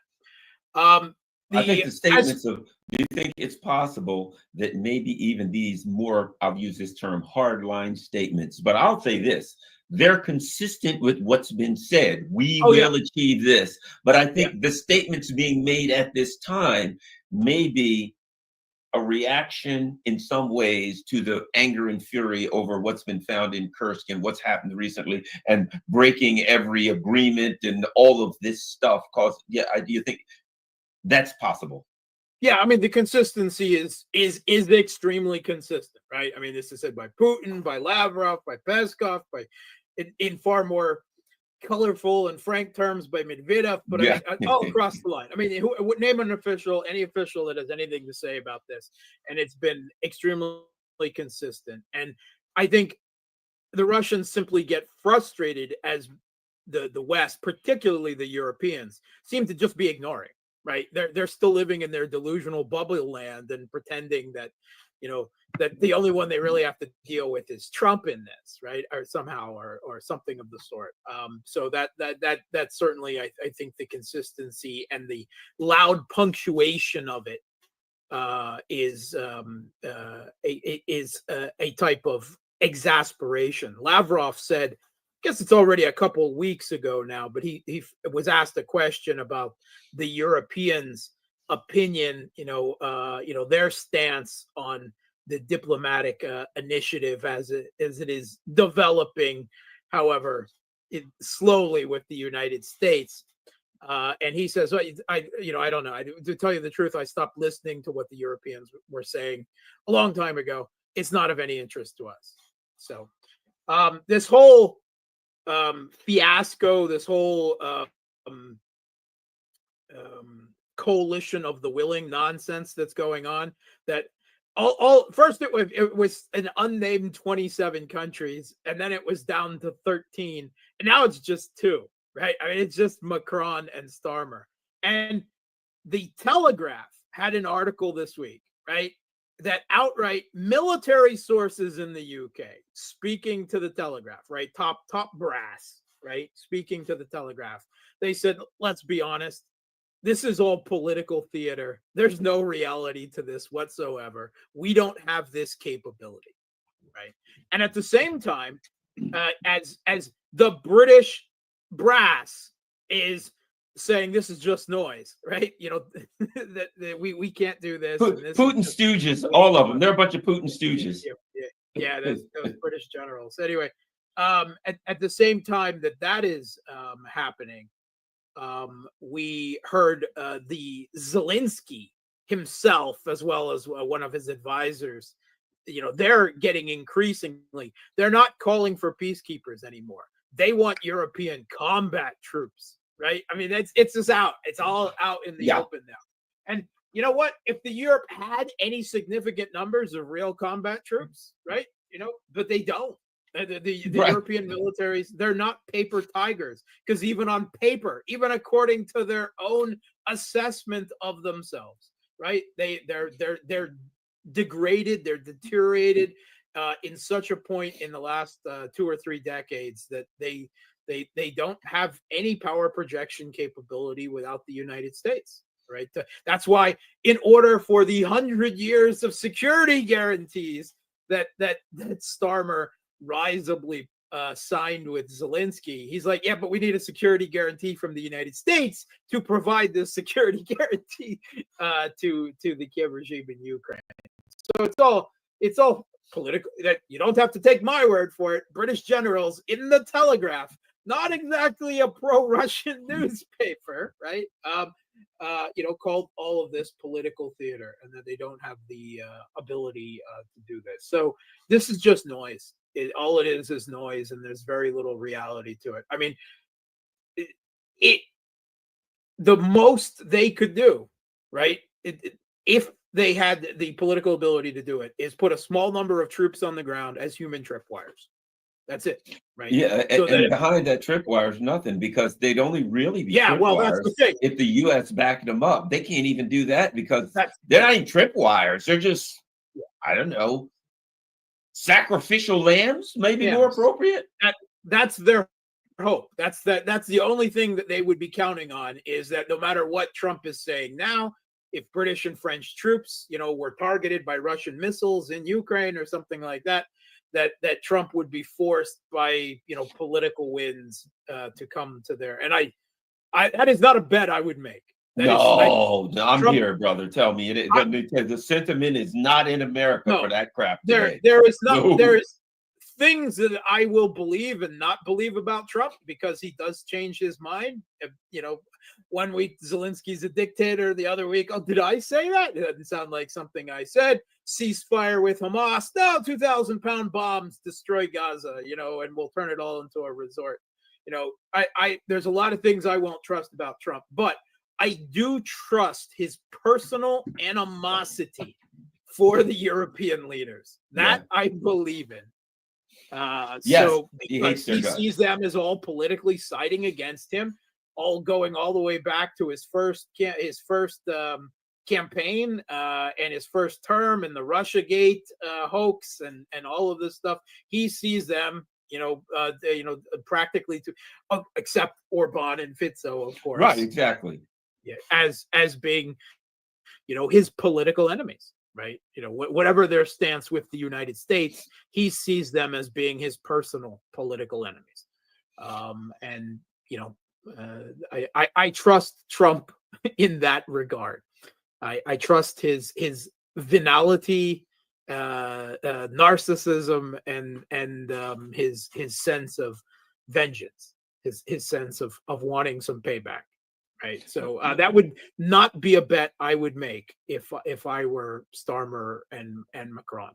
So do you also, let me ask you this, you also think, to me, this is what I hear when I hear Putin, President Putin just come out and lay down the law, which again, this is what they said in the beginning. And I remember a phone call that was reported between him and Macron, wherein he said, and I'll paraphrase, I will achieve the goals of the special military operation either by diplomacy or force of arms, right? Okay, and this is just, we're talking and oh boy, this is great. And we're sitting down in Riyadh, but in the end, we can do what we want and we will. Either you'll give it to us or we'll take it. And it's also a message the message also is, in the context of our conversation to the Europeans, it's look, I know you're behind these infrastructure things. And I know attacks. I know that every time Trump says, hey, let's do this, that you do everything you can to undermine it. If Trump said tomorrow, we're going to not attack, I don't know, used car lots. If he made a deal, the next day they would target used car lots and the British and the French would be targeting it just to show we're not going to go. And I think President Putin's point is, we know what you're doing. And it doesn't really matter to us. We know the game you're playing.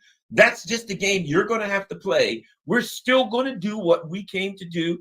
This is our chance to secure our border. And to also, even in the context of what he said to the businessmen, because it wasn't Trump's in and now and therefore this. He's like, look, what happened when they dropped the sanctions the last time? 2014 came and they threw them all back on. In the context of history, let's not think that they're going to drop. Even if they drop the sanctions, they may be going back on with another 6 months. So let's look at what's happened historically. Don't get over carried away and freaked out because Trump is being friendly now. That could last 6 months or it could last 4 years. We know how this story plays out. We're taking what we want now because we can, and that's the way it's going to go. That's what I hear putting all of this stuff together, Mark.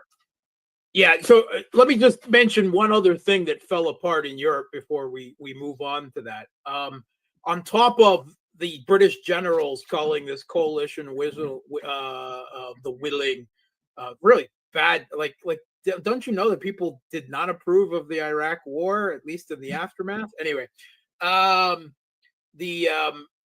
von der Leyen's rhetoric in the past 2 weeks about 850 billion euros to rebuild Europe's military industrial complex and militaries and to pump Ukraine full of weapons, right, and prepare for war with Russia. Yeah, that's all blowing up too. Because it turns out, oh, surprise, surprise, exactly what we said when they said it. Oh, they don't actually have that money. And the ability of European countries to go into that much more debt doesn't exist because they're already so far in debt. right? I mean, that's out the window too. But yeah, so back to the diplomacy. This is the way Russia's looking forward to this, right? They see that Trump seems there's no trust. There is exploit and verify, right? Not trust and verify, but exploit and verify, right? But it seems that the Trump administration, out of U.S. national interests, a different assessment of U.S. national interests, definitely wants to de-escalate and perhaps even completely decouple from Ukraine. They would like it settled, right? But Russia realizes also how desperate they appear to be, so they know now that they can put a really hard. That's why, Russia is now saying, well, you better agree or we will take more, right? That's what they're threatening right now. Right. So they understand the Trump's desperation. Right. They also, Putin is not looking in a time window of the next year or two. Right. He's looking significantly enough into the future that this is almost certainly a flash in the pan. Right.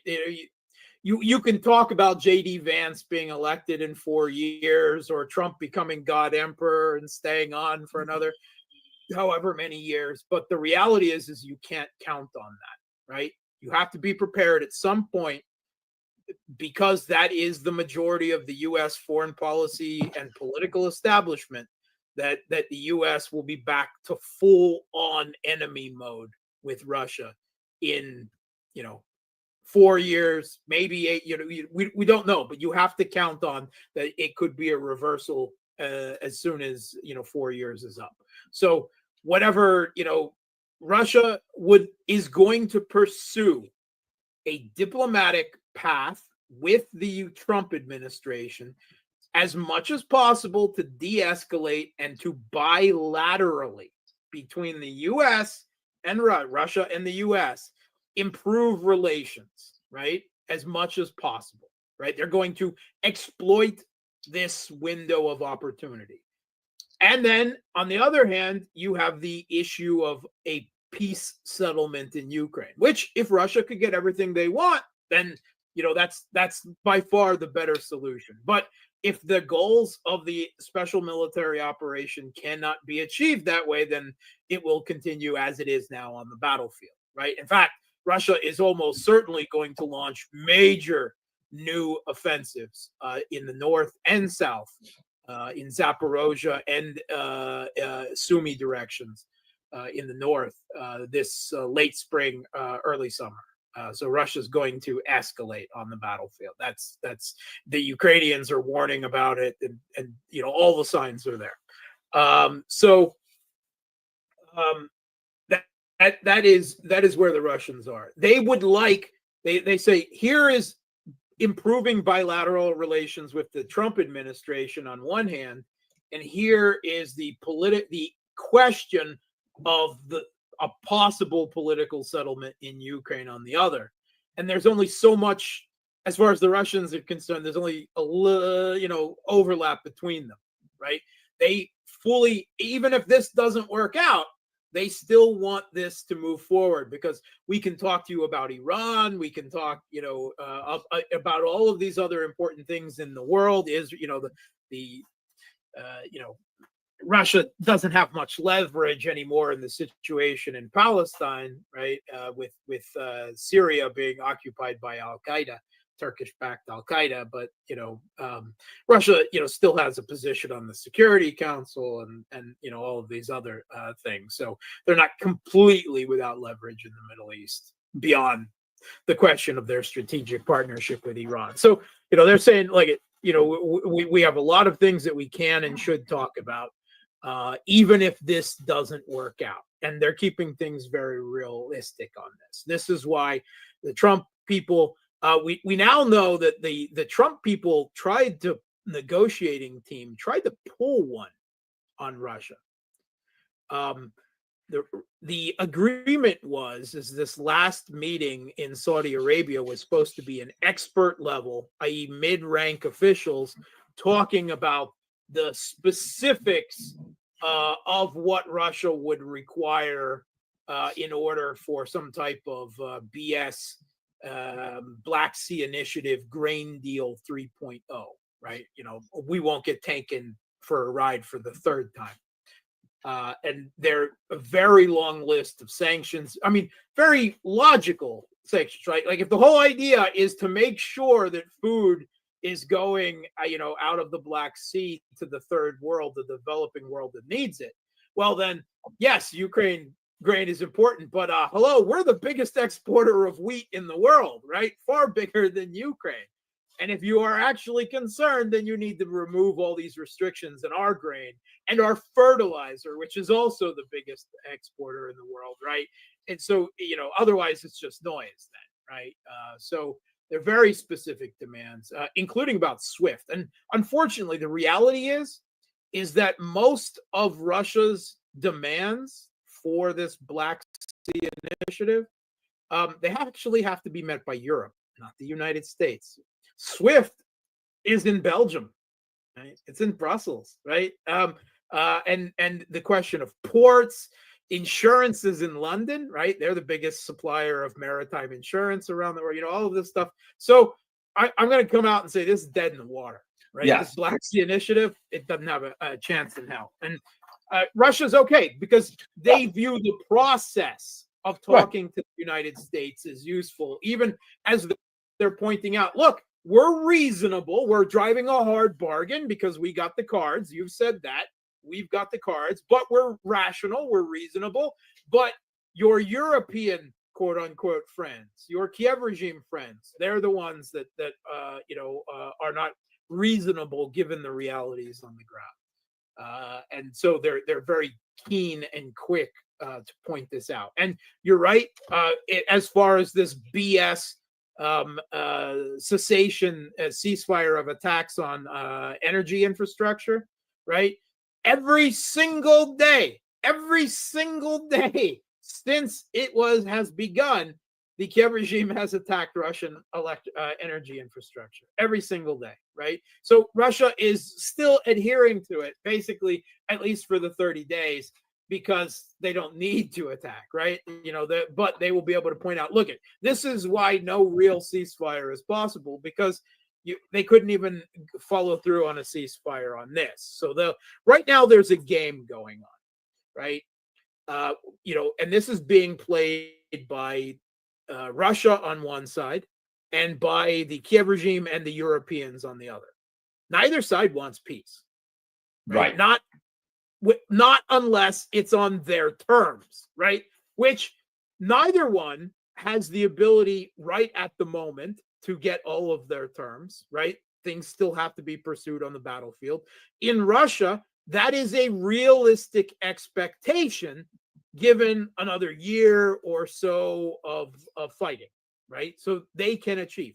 For the Kiev regime and the Ukrainians, that is not, for the Kiev regime and the Europeans, that is not realistic, right? And the U.S. intelligence assessment said as much. Even with the U.S. involved, there's nothing they could do to change the ultimate course of this conflict and change that Russia has the upper hand.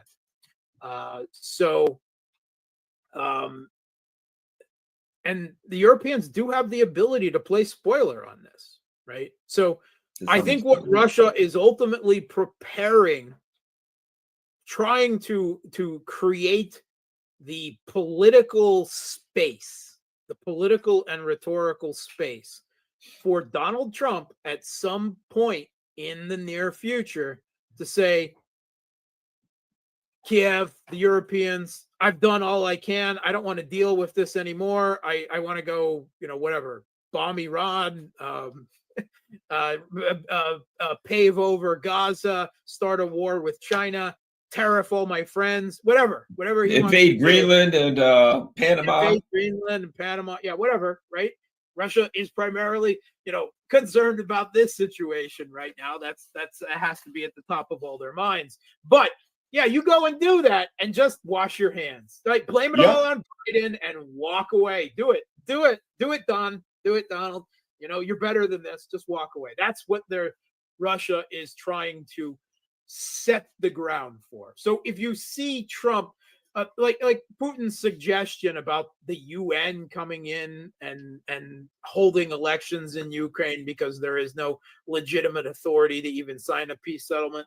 That's not serious, right? That is Right. part of the diplomatic dance, right? Because the UN doesn't have that ability.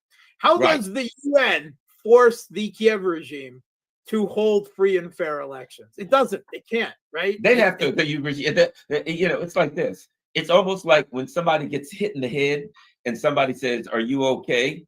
Well, the part that would know whether they're okay is the part that was damaged. So it doesn't do any good to ask a guy in the same way to say the Kiev regime is all screwed up and the UN needs to come in and take over. The only people that could give the hand over the responsibility would be the Kiev regime, and they're crazy, so they ain't going to do it. They have to agree to it.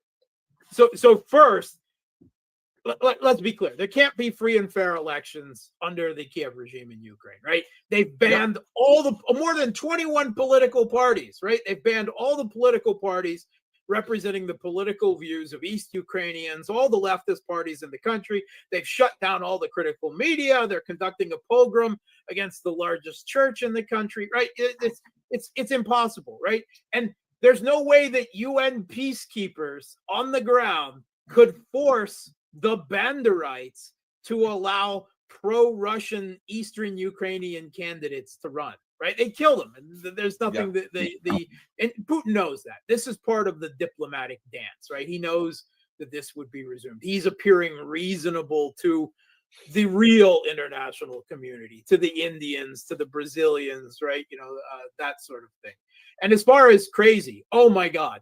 As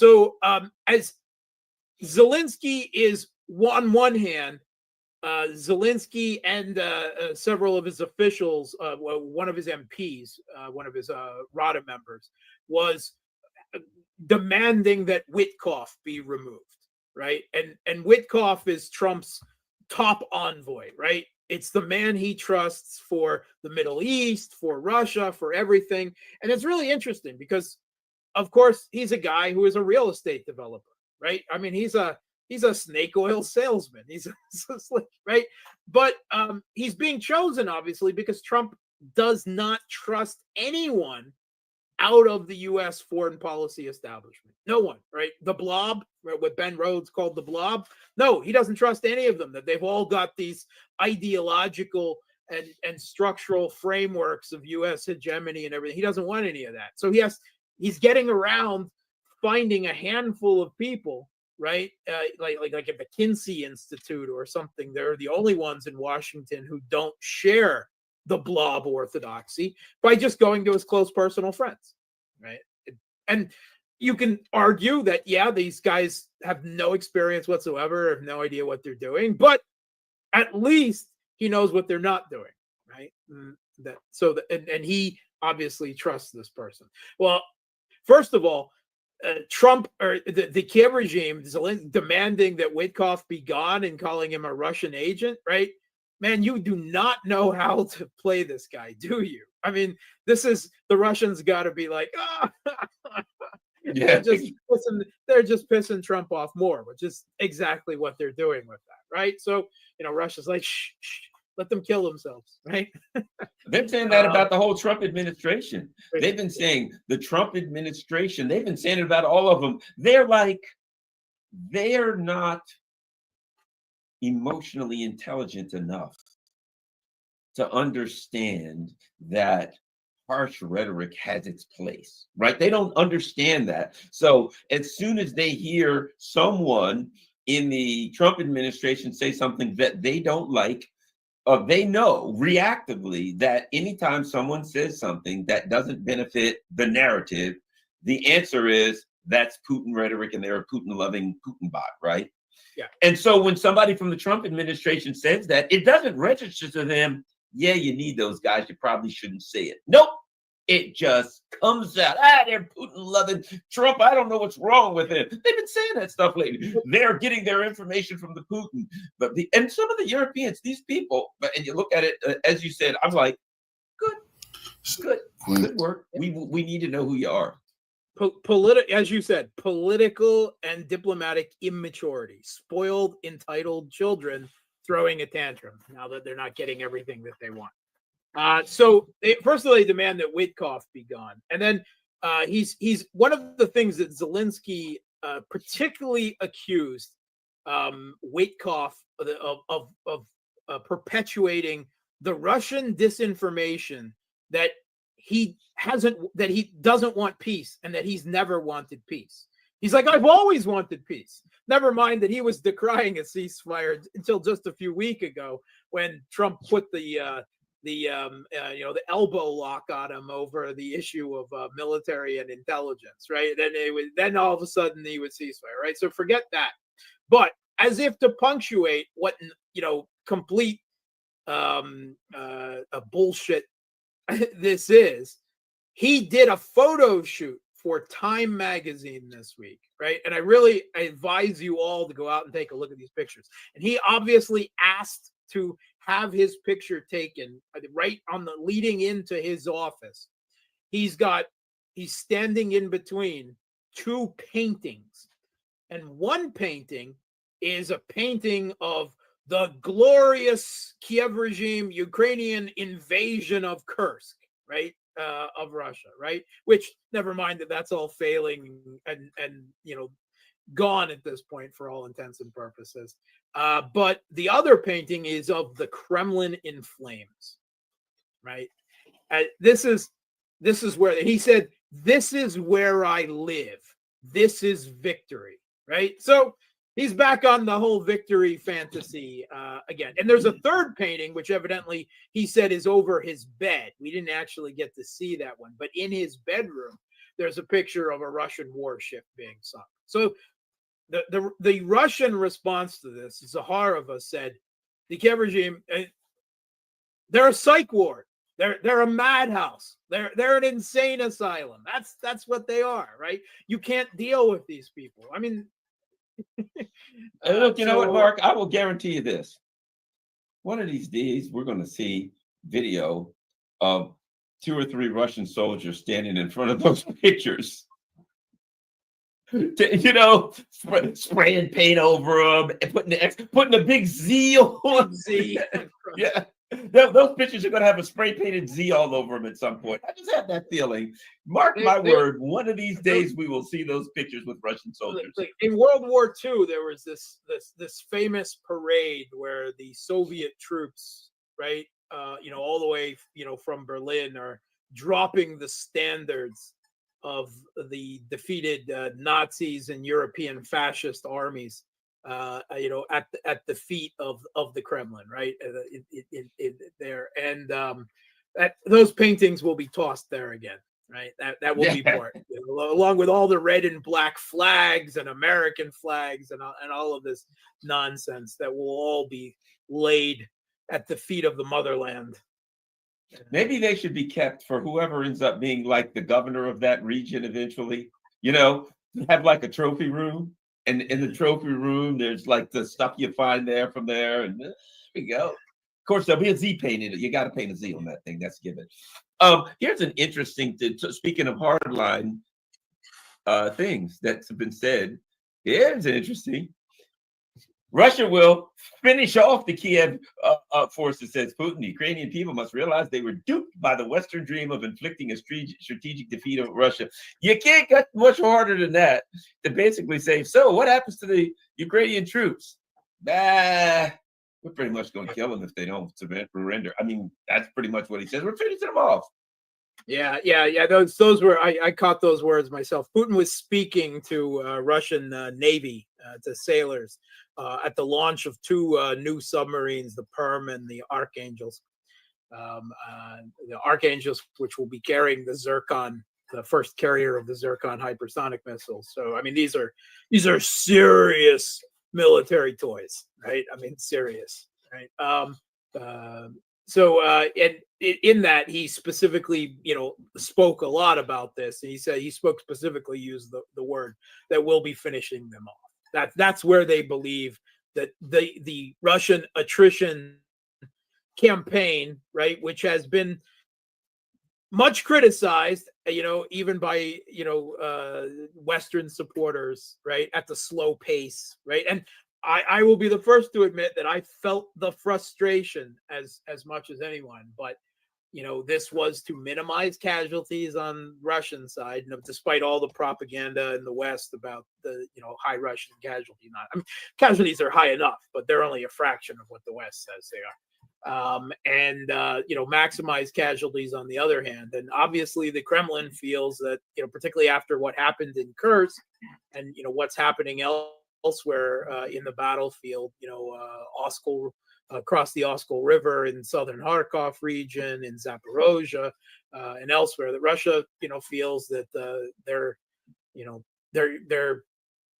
gonna make a big push this summer, and they think they can finish it off or make good grounds, towards finishing it off. Right? The Ukrainians keep warning that Russia has some as many as 200,000 troops that have not been introduced yet, that these are troops trained, right, recruited and trained for the SMO, and that they have not been sent into the fray yet. They're being prepared for what? For a big offensive this year, when Russia feels that they're now dealing with the Kiev regime's foundations are rotted away. The military has been attrited, and that they're going to make a play. They're going to probably make a big play, this late spring and summer, and see what happens. So, and particularly if there's no, Trump is continuing U.S. aid, right? The type of U.S. military aid that was long-term contracts that signed with the Pentagon, right? It was not just the stuff off the warehouse, the Pentagon shelves. It was, all right, we're already out of that, but whatever we can produce on a monthly basis, you'll get, right? That's the contracts that were signed. Those contracts are still being fulfilled, and they're not insignificant. But of course, as Mark Rutte, the NATO Secretary General, has said how many times, even with the U.S. included, Russia is outproducing all of NATO put together by 3 times in the type of weapons and munitions that are needed from this conflict. You can't get away from that. So the Ukrainian situation in terms of arms and munitions is just it's already at a bad state, and it's going to progressively get worse. They've got a few months supply left from what Biden shoveled in at the end of what he possibly had left, everything you could give them. But once that's gone, it will be very hard for Trump to go to Congress now and say, oh, that thing that I spoke against, money for Ukraine, now I need to reverse my. I'm not saying it's impossible, because he did once call Zelensky a dictator and then completely walked it back and said, but it will be politically hard for him, I would venture. But certainly, if that's the case, the Europeans can definitely not make up in any way, stretch, or form for the United States, right? In fact, it's unlikely that they can even significantly ramp up in the short term at all, really, for any intents and purposes. So that's Russia feels that this year is the time, right? I'm not saying it's all going to be over this year. It could be, right? But certainly the big battles of this summer, of the late spring and early summer, is going to be this last defensive line, right? Seversk and Pokrovsk are going to be strangled, right? But Russia simultaneously is going to be moving in multiple directions.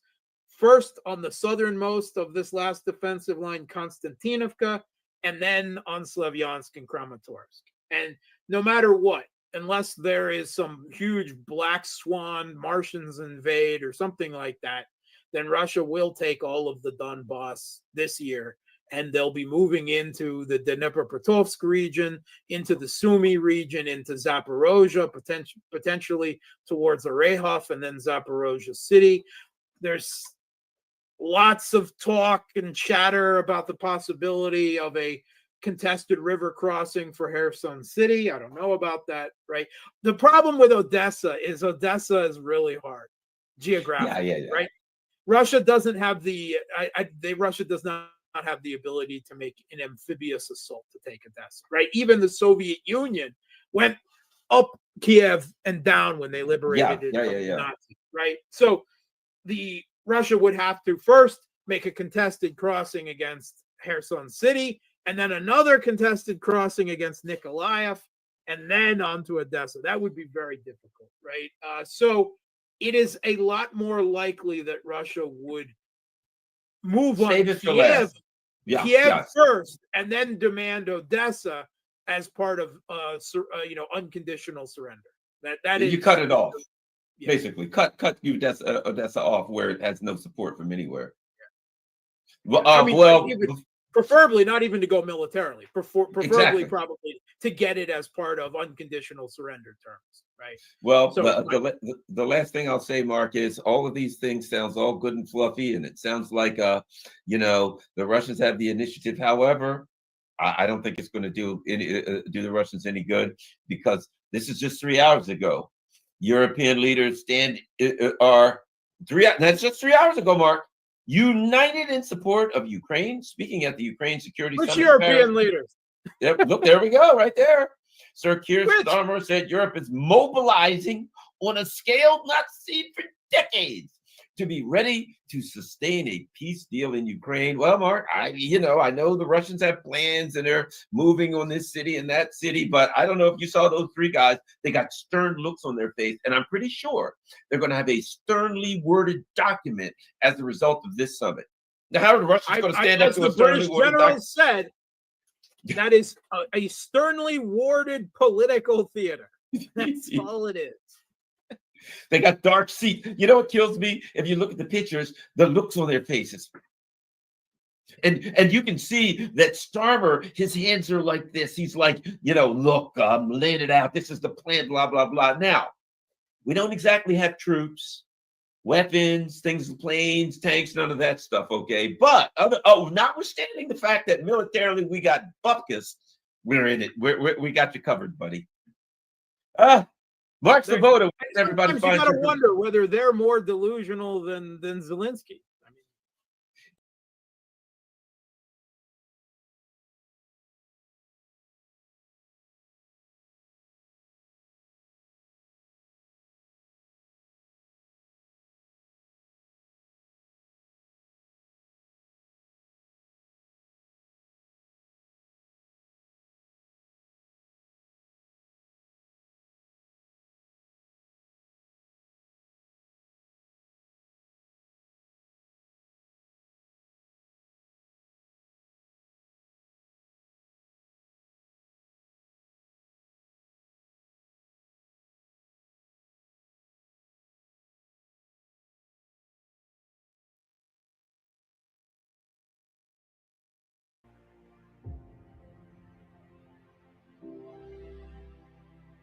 Last month, U.S. President Trump caused an uproar on social media, declaring the Panama Canal an important national asset of the United States and threatening to take back control of the canal through military means. In order to ensure control of the canal, the United States took capital means and acquired 90% of the shares of ports controlled by Chinese companies at both ends of the Panama Canal for $22.8 billion US dollars, bringing this important economic lifeline back into the U.S. capital system. It is worth noting that from the beginning of the United States' claim to control the Panama Canal to the final acquisition of ports controlled by Chinese companies, it seems that China has reacted coldly and has not shown too much concern. Later, some authoritative experts pointed out that China does not need to worry too much about the United States controlling the Panama Canal, because China is working with Russia to plan a super project, the Arctic route of the Ice Silk Road. It is understood that this waterway has begun to operate gradually, and the transportation volume this year has increased 35 times. So why does the United States attach so much importance to controlling the Panama Canal? And how will the Arctic route between China and Russia subvert the world pattern? If you like our video content, please click to subscribe to my YouTube channel so that you can receive all our latest video content. Now, let's get into today's topic.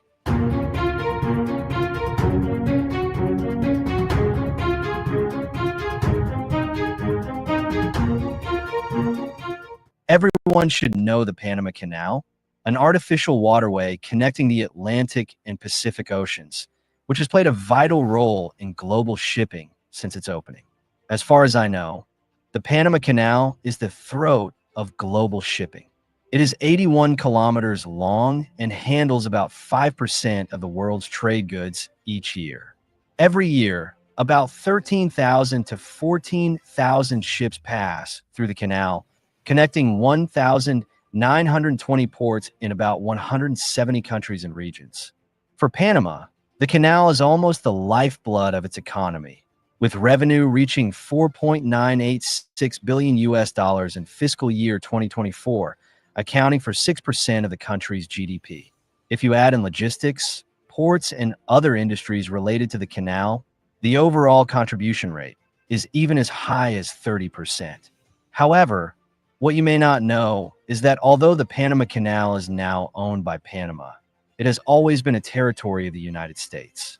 In 1903, the United States gained permanent control of the canal in exchange for supporting Panama's independence and established a country within a country in the Canal Zone. According to statistics, during the period of U.S. control, the Panama Canal generated more than $1.9 billion in revenue for the United States.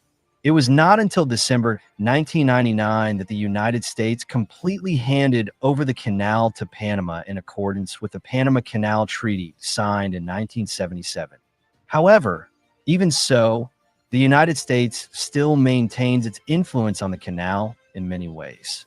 As the Panama Canal has been expanding in economic development, its dependence on U.S. goods exports has reached 74%. With trade worth $270 billion a year relying on this waterway, the United States' obsession with controlling the canal has not subsided. According to data, in 2024, the total cargo volume of the canal exceeded 230 million tons, of which more than two-thirds of the cargo was directly related to the United States. At the same time, with the rise of China's economy, the United States' desire to control this waterway has become stronger, especially considering the current tensions between the United States and China, and the United States hopes to influence China's trade development by controlling shipping. However, although the United States has been trying to regain control of the Panama Canal for many years, it has never been able to do so. Until recently, after Trump took office, he did express his readiness to forcibly regain control of the canal through military means and through capital means. He purchased shares in several important Chinese ports around the world. So what exactly happened?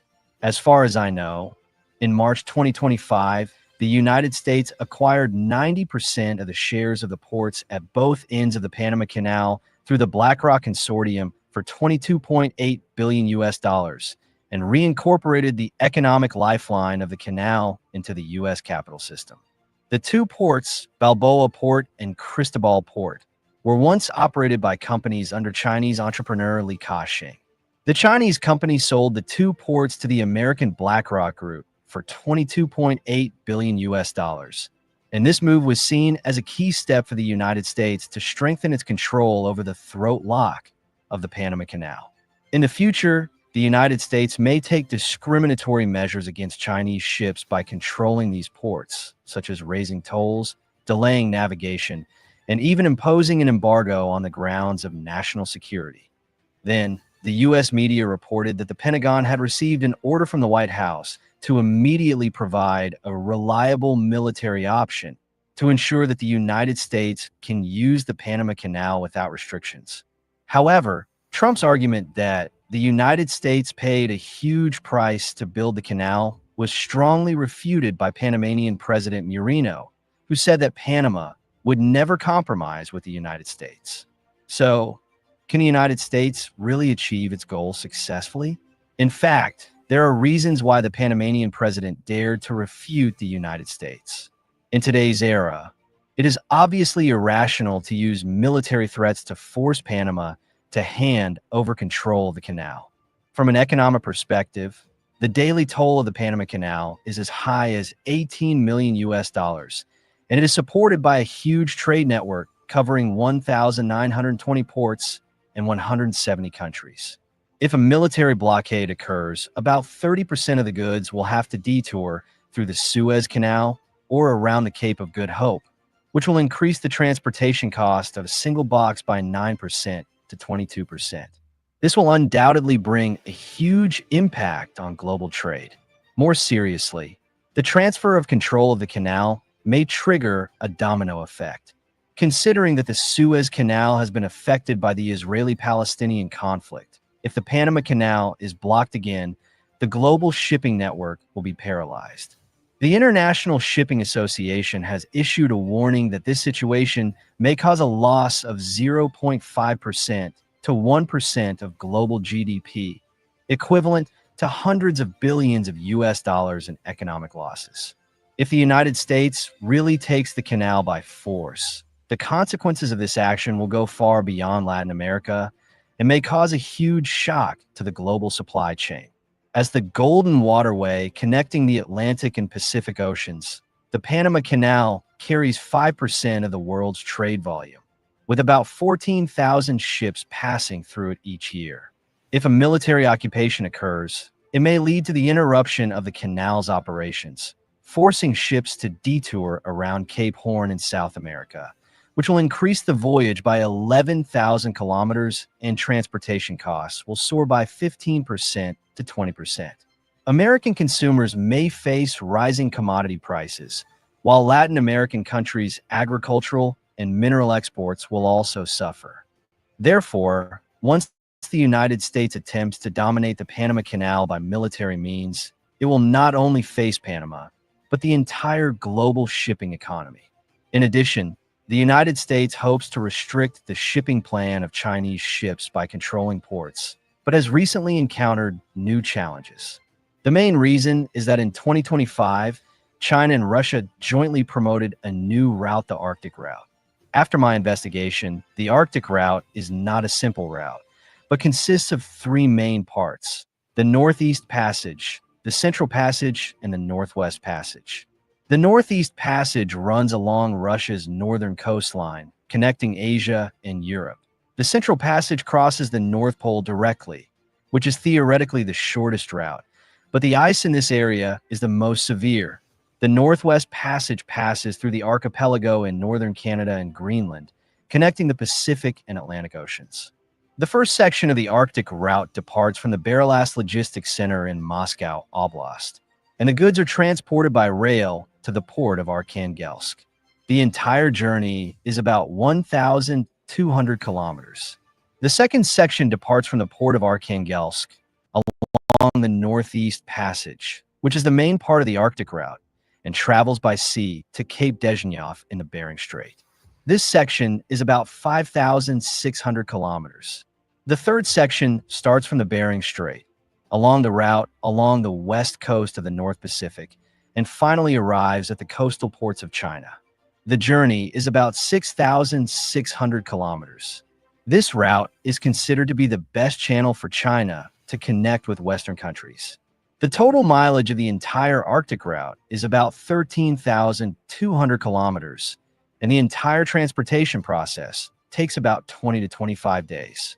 In comparison, the traditional route required a detour of 36 days, but now it only takes about 20 days, greatly optimizing China's future shipping efficiency.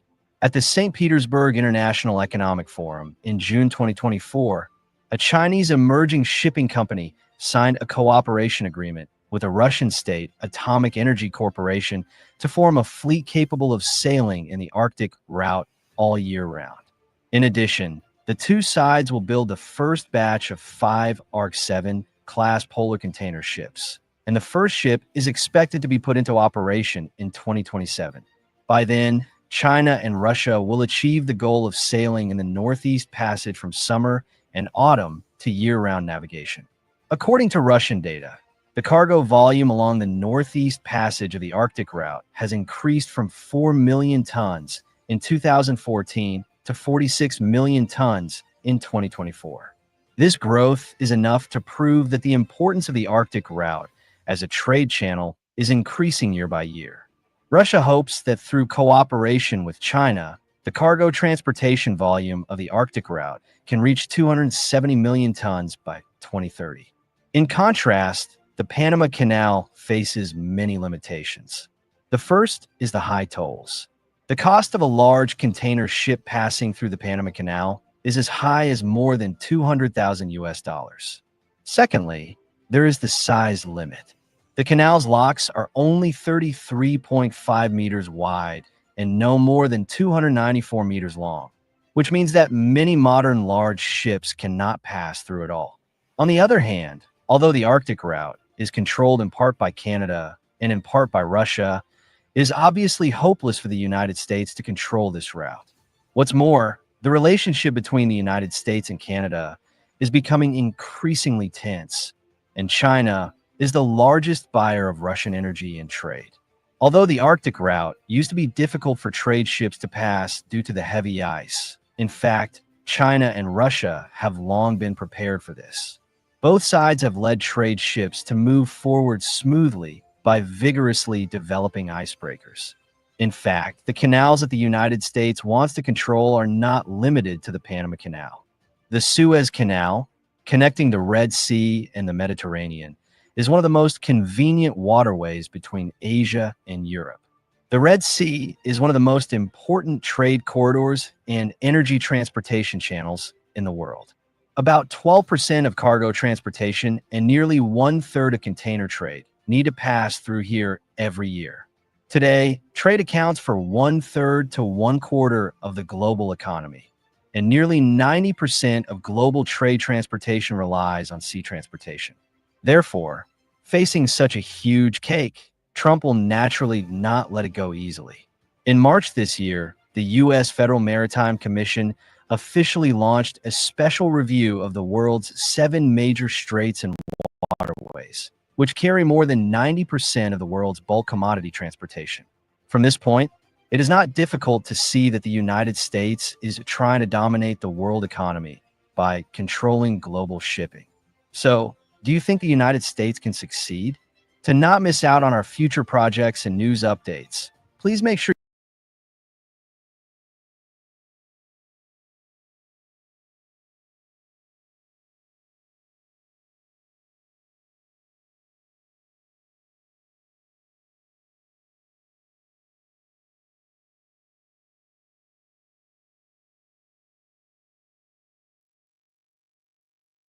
Alright guys, so China isn't playing around anymore.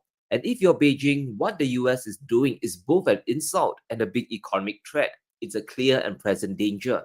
Now, when we think of the US-China struggle, the first thing we veer off to are the trade tariffs. But the sell-off of the Panama ports is even more important. What the US is trying to do is to constrict China's trade routes and make them dependent on the United States. And to China, this is untenable, because the US will definitely use that to their advantage. And that's why the deal by Hutchinson is such an outrage and why the central government is actively trying to stop the deal. Because if it goes through, the Hong Kong company will be giving the US strategic controls over major ports. We are talking about 43 ports from the company across the globe. BlackRock is about to own them, from the Americas to Europe and the Middle East to even Asia. And there's no sugarcoating this. It will be a big blow to Chinese infrastructure and leaves them very vulnerable to many US actions. It's the closest you can get to an economic annexation of China's supply chain. And this isn't good, especially when we are in a trade war. So why is this a big deal? Firstly, ports are very important. This is where you load and unload cargo. And if your ships are denied access, in many cases, there will be no other way to sell your goods to the end user. And if we look back over the past 3 years, it's not impossible that Chinese ships could get denied access. If the US manages to seize a country's sovereign assets, remember what happened to Russia, nothing is off the table today. In closing, the Panama Canal is vital to our economy, with over 75% of its traffic bound for our ports. Safeguarding the ACP's independence and addressing the challenges posed by the broader government are essential to maintaining U.S. competitiveness in the global economy. Just take the Panama ports. 75% of the traffic heads to US ports from there, and that's vital trade flow to port overseas. By losing them, the US can impose a variety of sanctions or restrictions on Chinese vessels docking there. That's what happens if the US gets ownership. In other words, they could make Chinese trade more expensive or give them the lowest priority for services. The US could literally make trade a living hell for China's exports. But it gets worse. The US Trade Office plans to milk Chinese ships for all it's worth. Chinese-built vessels entering US ports could be forced to pay up to $1.5 million to enter American ports. And whether you call this a sanction, tariff, or extortion, it's the same thing. Chinese exporters might be forced to eat the punishments, and it will hammer down on their revenues. And the US will start earning a ton of money because there are a ton of Chinese vessels sailing the oceans. Now, Trump's not kidding when he said the world will have to pay down America's debt. He wants to reduce the deficit, and China is going to pay for it. Now, here's how much the US will rake in. 83% of container ships alone visiting the US would have been hit with $1 million fines, but it gets worse. China has built more than 33% of total ships currently on water. So it's in the US incentive to go around the world and grab more ports. It's the game of monopoly. The more ports they have, the higher the odds of a Chinese ship landing on it and paying the fine. 1,000 ships docking would mean $1 billion of revenue for the US economy. Now, Trump's a real estate man. He clearly understands the concept of collecting rent, and it's why China is just so angry. For Hutchinson, they might be getting a really sweet financial deal. The company gets to pocket around $19 billion in cash. They are probably selling above the valuations, but there's a reason why. BlackRock really wants the ports because they get a big income stream from Chinese ships. That's why they are paying a premium. Well, China has hit back. We have reports that China has told their state-owned firms to halt any new business dealings with Li Ka-shing and his family. Basically, the entire empire could be entering a blacklist. Now, this won't be great for the company if things escalate. China makes up only around 10 or 12% of the group's total revenue, so the company won't collapse, but we have no idea what this could lead to. At the very least, they could be prohibited from expanding their business and getting new deals within Greater China itself. And this is where the Chinese economy is rapidly growing, especially from the stimulus. So it's not a good look for Li Ka-shing and his business. The timing is just horrible. Now, at this point, we have no idea if the deal will go through or not. China has put their point across, and it's up to the conglomerate to respond. Is $19 billion worth being in the bad books of Beijing? And that's the key question here. And the stakes for China are high. More than half of global ship deliveries are being done by China. Shipping companies all over the world buy Chinese vessels because they are of quality, they are less expensive, and the turnaround time is fast. But if the US starts to acquire more ports and punish Chinese-built ships at these ports, it will hurt China's shipbuilding industry. There's no doubt about it. Buyers of the vessels will think twice about making a future purchase. Will the upfront savings be worth the additional $1 million fine I have to pay every single time I enter a US port? And this is how messy the situation has become. US-China relations are now at a historic low. I never thought it would get worse after Biden's term in office. And this tells us that US foreign policy truly supersedes any precedent. Trump, he can come and go, but the agenda to maintain hegemony is always on the menu. But let's talk about his next shakedown. Now, for many months, the Biden administration has been trying to get a Chinese company to sell their tech assets to the US. And we are, of course, talking about TikTok. Yes, it's a social media app, but it's incredibly important for this conversation. And Donald Trump wants it from China. Well, there are numerous ways you can buy TikTok, and we will find the one that's best for the country, for our country. I'm worried about our country more than anything else with respect to TikTok. And China is going to have to play a role in that, possibly, in the form of an approval, maybe. And I think they'll do that. Maybe I'll give them a little reduction in tariffs or something to get it done, because every point in tariff is worth more money than TikTok If you think every point, tariff is a much bigger world, and TikTok is big, but every point in tariffs is worth more than TikTok. So in order to get China to do, maybe I'd give them a reduction in tariffs as an example. Now, it's the good old shakedown. Sell your assets to us, probably at a lousy That's price, not working and you out. get mercy. We'll reduce the tariff that's been imposed on you. Now, there are so many things wrong about this. Look, we know Trump is trying to play his art of the deal here, but frankly, you can't blackmail China with this. It just won't work. Not in 2025. Trump's tariffs are only scary to countries that are heavily dependent on trade with the United States. And ever since the first trade war with the US, China has been diversifying trade away. They kind of knew that this day would come. Since 2018, the US and China have been decoupling. US trade with China fell by over 4%. China's trade with the US also fell by nearly 3%. But look at who China is trading more with: Russia, Malaysia, Vietnam, Indonesia, and the UAE.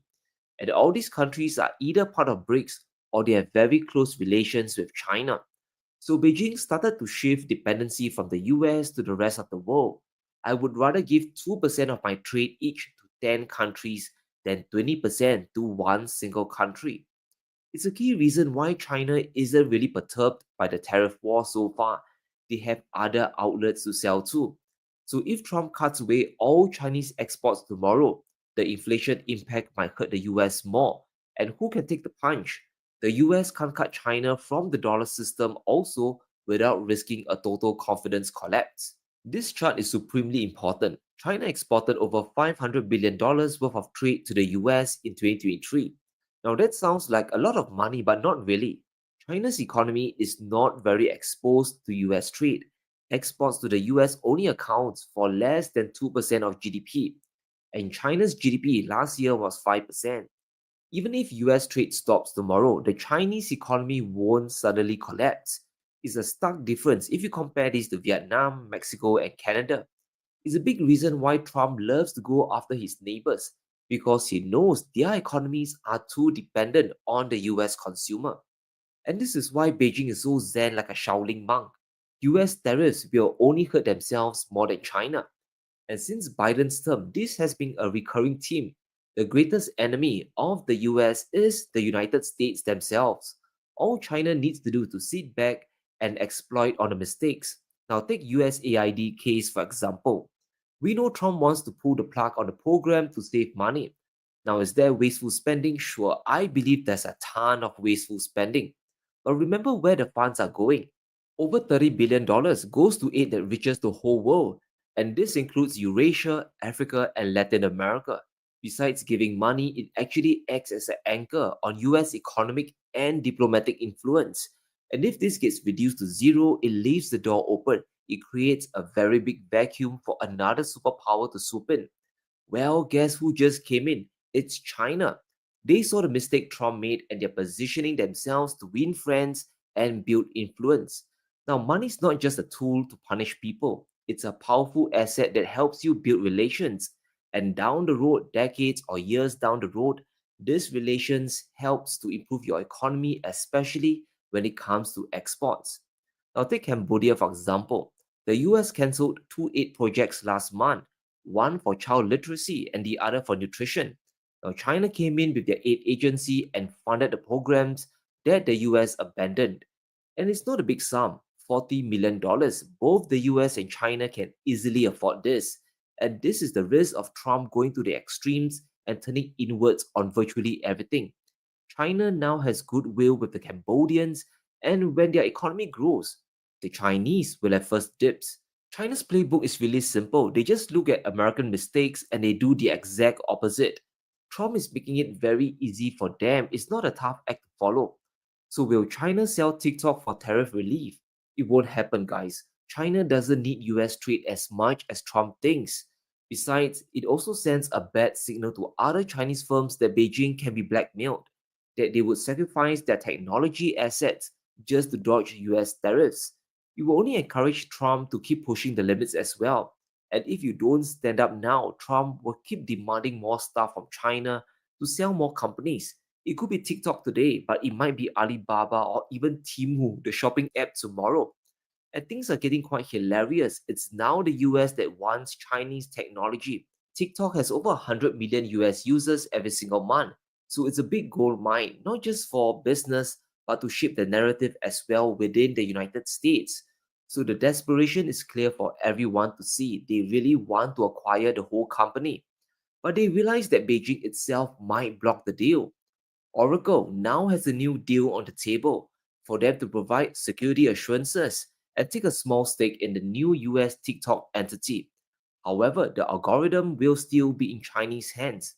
Now, maybe this idea came from Trump, maybe one from his team, but regardless, it tells us how desperate they want the Chinese company. Recall the backlash that happened when TikTok was first banned. We had millions of people, millions of users migrate to Xiaohongshu, another Chinese app, and it might happen again. Let's not forget what the world just saw. Recently, iShowSpeed went to visit China. Now, tens of millions of people probably have seen what is happening on the streets of Shanghai and Beijing. This is what China looks like. This is China right here. I ain't gonna cap. This looks fire. Oh my God, Ted. Oh my God, look at that city.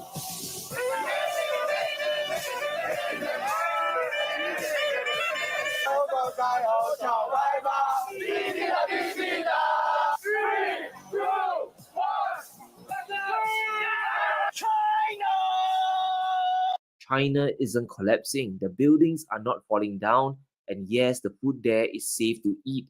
So it's important to keep objective about things. This is one big geopolitical and economic struggle. We can expect Trump to keep pushing the boundaries, and it will only get worse if China decides to give in. But let me know what you think. Will the US one day acquire TikTok? And will the Panama port deal actually go through?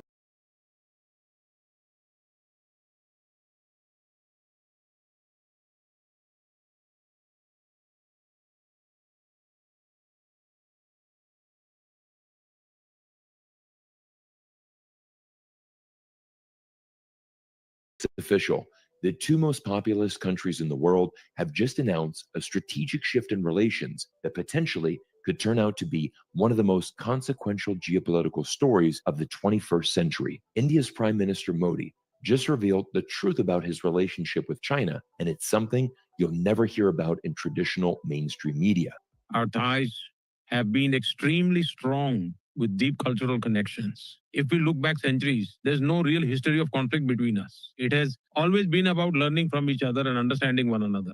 Now, the move is significant for many reasons. India and China together account for 34% of the world's population, but even more impressive, the two nations combined for over 50% of the world's economic growth. If China and India move strategically closer together, these two nations will become an unstoppable force that will dominate the future of the 21st century. Our relationship should remain just as strong in the future.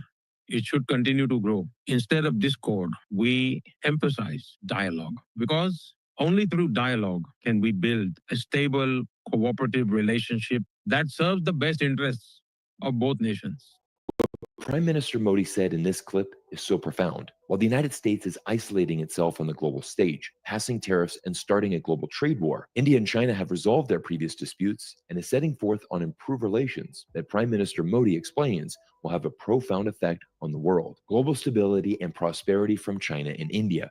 It might sound like a new concept, but in fact, it's one of the oldest in world history. Just look at this fascinating graph, which displays 2,000 years of economic growth in one chart. For the majority of time, China and India were the two largest economies in the world. But during the late 1800s, at the peak of Western colonization, both China and India became poor. The United States emerged in the 1900s to become the economic superpower for the next century. But since 2000, the United States' percentage of economic growth is declining, and the world is reverting to its previous position, where China and India will once again lead future economic growth. Our world has shifted tremendously the past 100 years, mainly in part because of globalization. But here is where things get very interesting, because United States Vice President J.D. Vance recently gave a speech that reveals why the U.S. government is so scared of China and India working together in the future. The idea of globalization was that rich countries would move further up the value chain while the poor countries made the simpler things.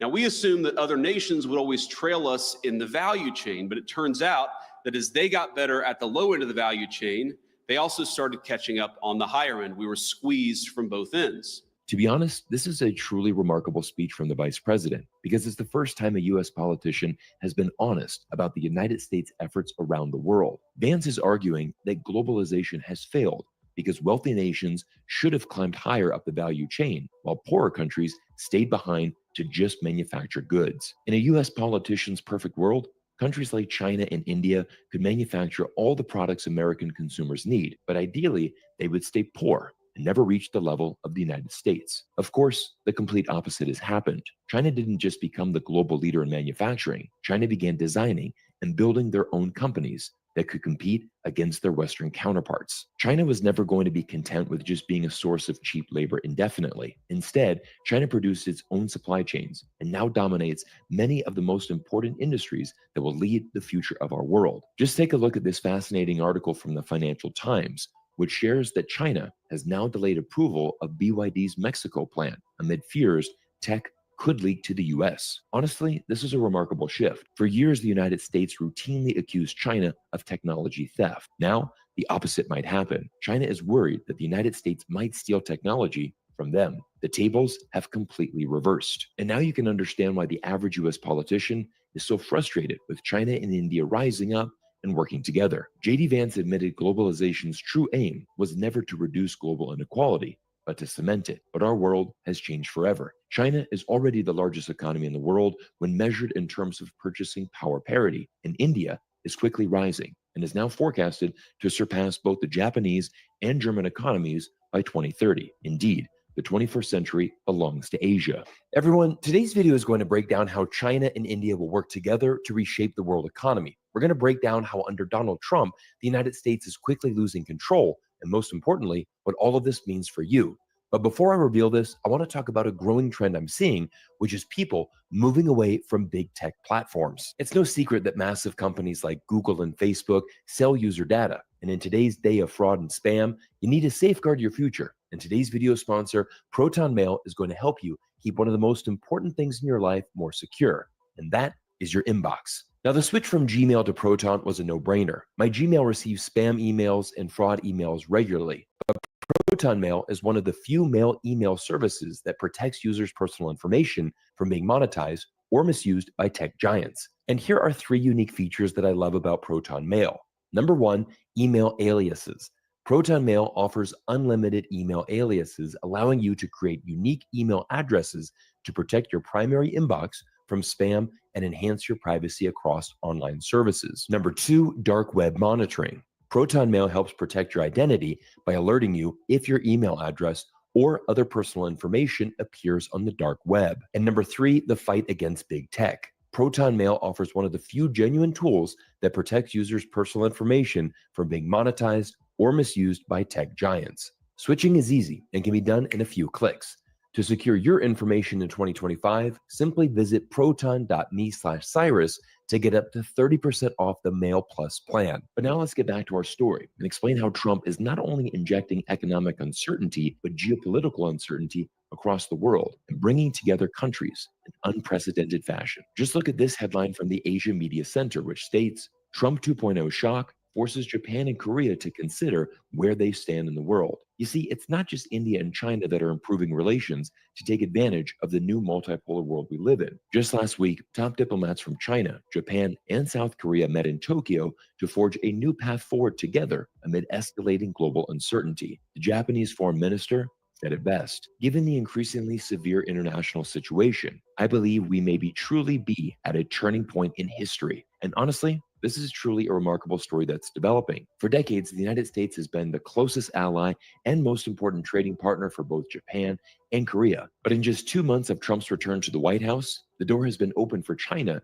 to forge closer ties to countries that have always traditionally aligned with Washington. This is the first high-level meeting between Japanese and Chinese officials in over 6 years. And once again, we are seeing Donald Trump's global trade war serving as a catalyst to a superior opportunity for China's future. For one of the most fascinating insights into this situation, I want you to read this article from the China Academy, where Mao Kezi, A visiting scholar at Harvard University states the starting of the trade war was the best thing Trump did to China. I've had the opportunity to personally connect with Mao Keji, and will soon bring him on this channel to share his valuable insights from the perspective of a young Chinese scholar. But this article, which I'll link to in the description below, explains very clearly the reality of the situation. Predicting what will happen in the 4 years of Trump's second term is extremely difficult, but for now, one thing seems certain: the US global influence will shrink significantly. This is perhaps the clearest trend to emerge so far from Trump's second term. If Trump's policymaking continues at its current pace, then by the end of his 4 years,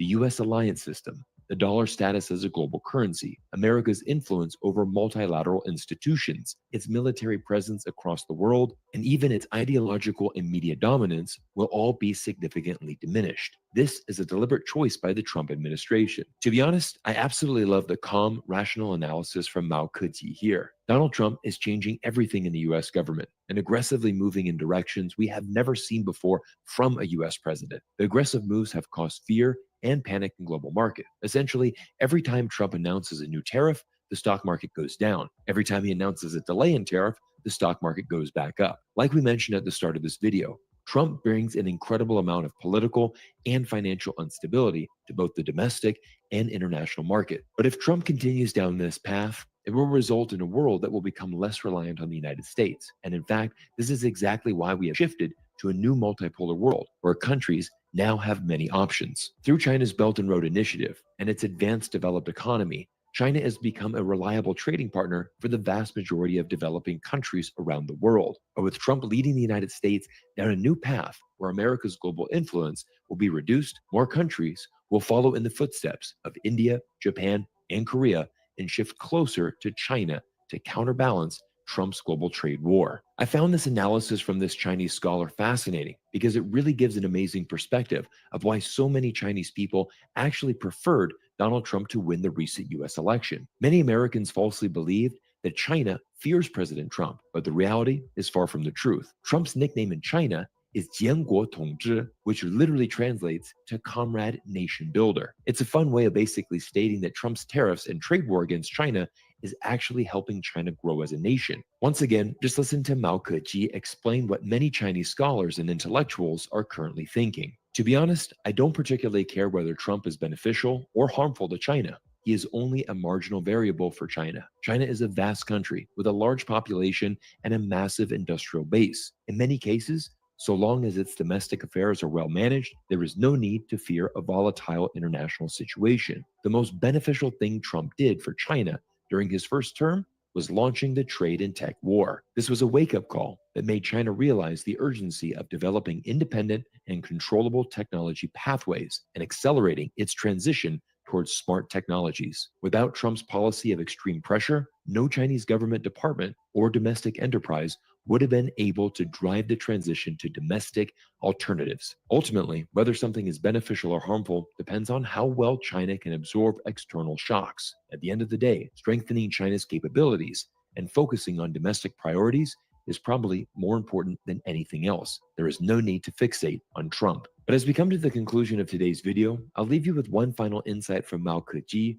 whose area of expertise is actually India and Sino-Indian relations. He shares, for a long time, India has sought to leverage its future great power status and its strategic potential to counterbalance China in exchange for free strategic resources. However, if Trump were to put an explicit price on these strategic resources and force India to accept the full terms, Modi would definitely not just obediently comply. This explains why India's strategic and academic circles have recently seen growing criticism of Modi for aligning too closely with the US at the cost of India's strategic autonomy. Meanwhile, others have, after many years, now begun to discuss the idea of fully restoring engagement with China. Just a few years ago, China and India were locked in an intense border dispute that had dozens of deaths and was a major conflict between the two nations. But just last October, India and China came together, resolved this border conflict, and now is setting off on a new path forward. And this is what the new multi-world is all about. Trump has only been in power for just over 2 months. But already, we've seen an incredible amount of global shift and alliances changing faster than anyone could have imagined. While there certainly is an unprecedented amount of geopolitical uncertainty moving forward, fear in the markets and our global economy always creates new opportunities. and we're going to make sure that we keep you up to date as all of these industries progress. Once again, I want to thank Proton Mail for sponsoring today's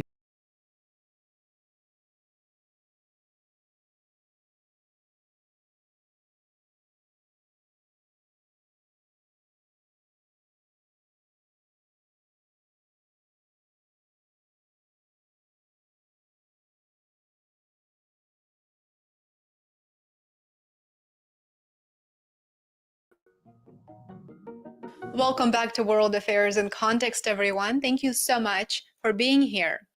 The Financial Times published an article titled, "How America Weaponized the World's Economy."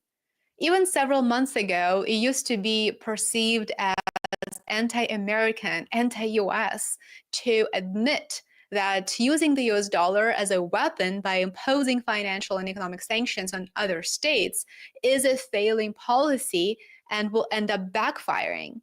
Now, the simple truth appears to be an undisputed fact. Although the article is not free of pro-Western bias, it does point to the reasons why the global majority seeks to reduce reliance on the United States currency. This perspective doesn't come from them, it doesn't come from the global South or the global majority, it comes from voices in the United States, and this is why I would like to focus on this article. The reason why I would like to focus on this particular piece is that even though the entire world has started to point out the hypocrisy actively of weaponizing the US dollar, US policymakers still appear to be in denial. The Trump administration is now celebrating, it is announcing April the 2nd as America's Liberation Day because that is the day when President Trump's tariffs go into full effect. The Financial Times says, it is because of US economic policies that the global majority is looking to de-dollarize. Doubling down on these quiet, aggressive policies will likely only make matters worse and accelerate the initiative for alternative financial options. In the 1960s, the French complained of America's exorbitant privilege. 40 years later, as the global financial crisis wreaked havoc, China called for a shift from the dollar. In the context of a discussion on the rise of China as a global power, John Mearsheimer, in one of his articles, asked an excellent question. He asked, why should we expect the Chinese to act any differently than the US did? And of course, he meant it in the context of foreign policies. Similar to the United States, any state would want to protect itself by all means possible, with currency being the backbone of their economic strength. Just like the United States would never want to rely on the currency of other states, so are China, Russia, and other countries unwilling to put blind trust into the US government. In fact, they would be naive to do so after being burned so many times. The trend to reduce reliance on the US dollar and to enhance currency multipolarity is likely 100% irreversible at this point. The trend to amplify currency multipolarity is just one of many features that accompany the transition from unipolarity to multipolarity. It was the United States' ability to print endless supply of US dollars and then export it abroad that solidified US monetary hegemony. Of course, the monetary hegemony is not the only thing that is declining. It is the United States' image as a global leader in diplomacy, in human rights, in economic power, among other things, that is declining. And we don't have to look far, just look at the US direct involvement in the Middle East and of course the enablement of the tragedy in Gaza. Then we don't have to look far here domestically. The country is broke under the weight of its national debt. We're sitting on around $36 trillion last time I checked and counting. Since access to the dollar system was essential for government and businesses around the globe, Washington could punish adversaries without firing a bullet by blocking their ability to transact in dollars. When Iranian students stormed the US Embassy in Tehran in 1979, President Jimmy Carter imposed sanctions. Carter's response included a freeze on some $12 billion worth in Iranian assets, a blow that ultimately helped bring Tehran to the negotiating table. The dollar was no longer just a currency, but a weapon that could augment US power. Now, 1979 was the year when the United States puppet regime in Tehran, the regime of Iranian Shah Pahlavi, came to an end. And so that is what this portion of the article is referring to. There's a lot to be said about that event that is referenced here in this article. We won't go into historic context, but just keep in mind that the end of the US-backed regime in Iran in 1979 is what's driving nearly 4 decades of US policies towards the Islamic Republic of Iran. Economic warfare is the new normal of US foreign policy, emphasizes Financial Times. The brain drain in Washington will have disastrous effects for years, if not decades.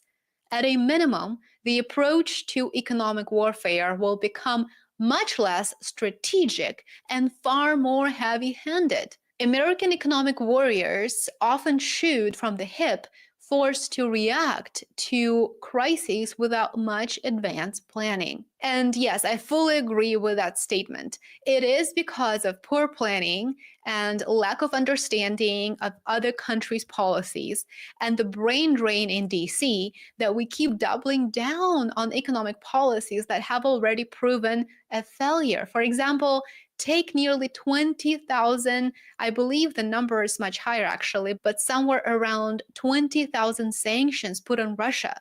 Yet 3 years later, the International Monetary Fund reports that Russian economy is actually developing at a faster pace than the economies of the European Union. The EU shot itself in the foot by giving up Russian energy. But now, of course, its population, the EU population, has to pay for the incompetence and warmongering tendencies of its leaders, many of whom, of course, are unelected, such as Ursula von der Leyen and the top EU diplomat, Kaja Kallas. Now, moving forward, the might of Americans' economic arsenal hinges on continued dollar dominance. Reducing reliance on the US dollar is a natural move to protect economic sovereignty, and it is regarded as a hedge against all associated risks.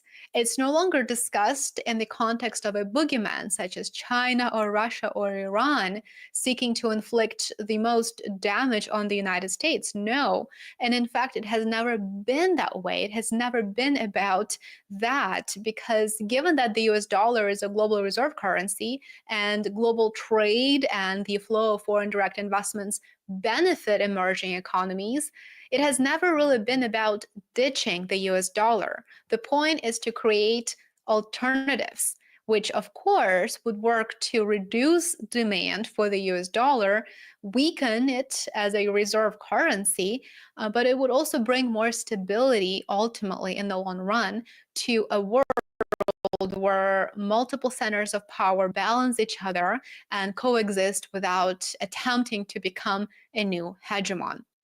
Currency dominance contains the seeds of its own undoing. It makes sanctions so potent that policymakers are tempted to use them more and more, thereby spurring the search for alternatives and ultimately weakening both sanctions and dominance. Both current and potential future targets of sanctions are searching for non-dollar systems to hedge their risks. Most remarkably, Financial Times wrote that it is the United States that is to blame for the demise of its arguably most valuable asset, the US dollar as a global reserve currency. The loss of trust in the US dollar is driven by US policymakers' choices, not by Iran, China, Russia, or anybody else. They too suffered damages as the result of the United States using the dollar as a weapon. The greatest threat to dollar hegemony is that Washington might destroy the pillars underlying the currency's appeal: rule of law, contract enforcement, government transparency, the unquestioned safety of US treasuries. Even though the article does have some bias, I think it is a great read. You're welcome to read it on the Financial Times. It was published today. It does spell out simple truth that I have been covering here on my channel for years. Thank you for watching. Remember to become a subscriber on worldaffairsandcontext.com. Support my work. It is very much appreciated. Enjoy the rest of your day, and I will see you back here tomorrow. Bye for now. Coffee. Follow me.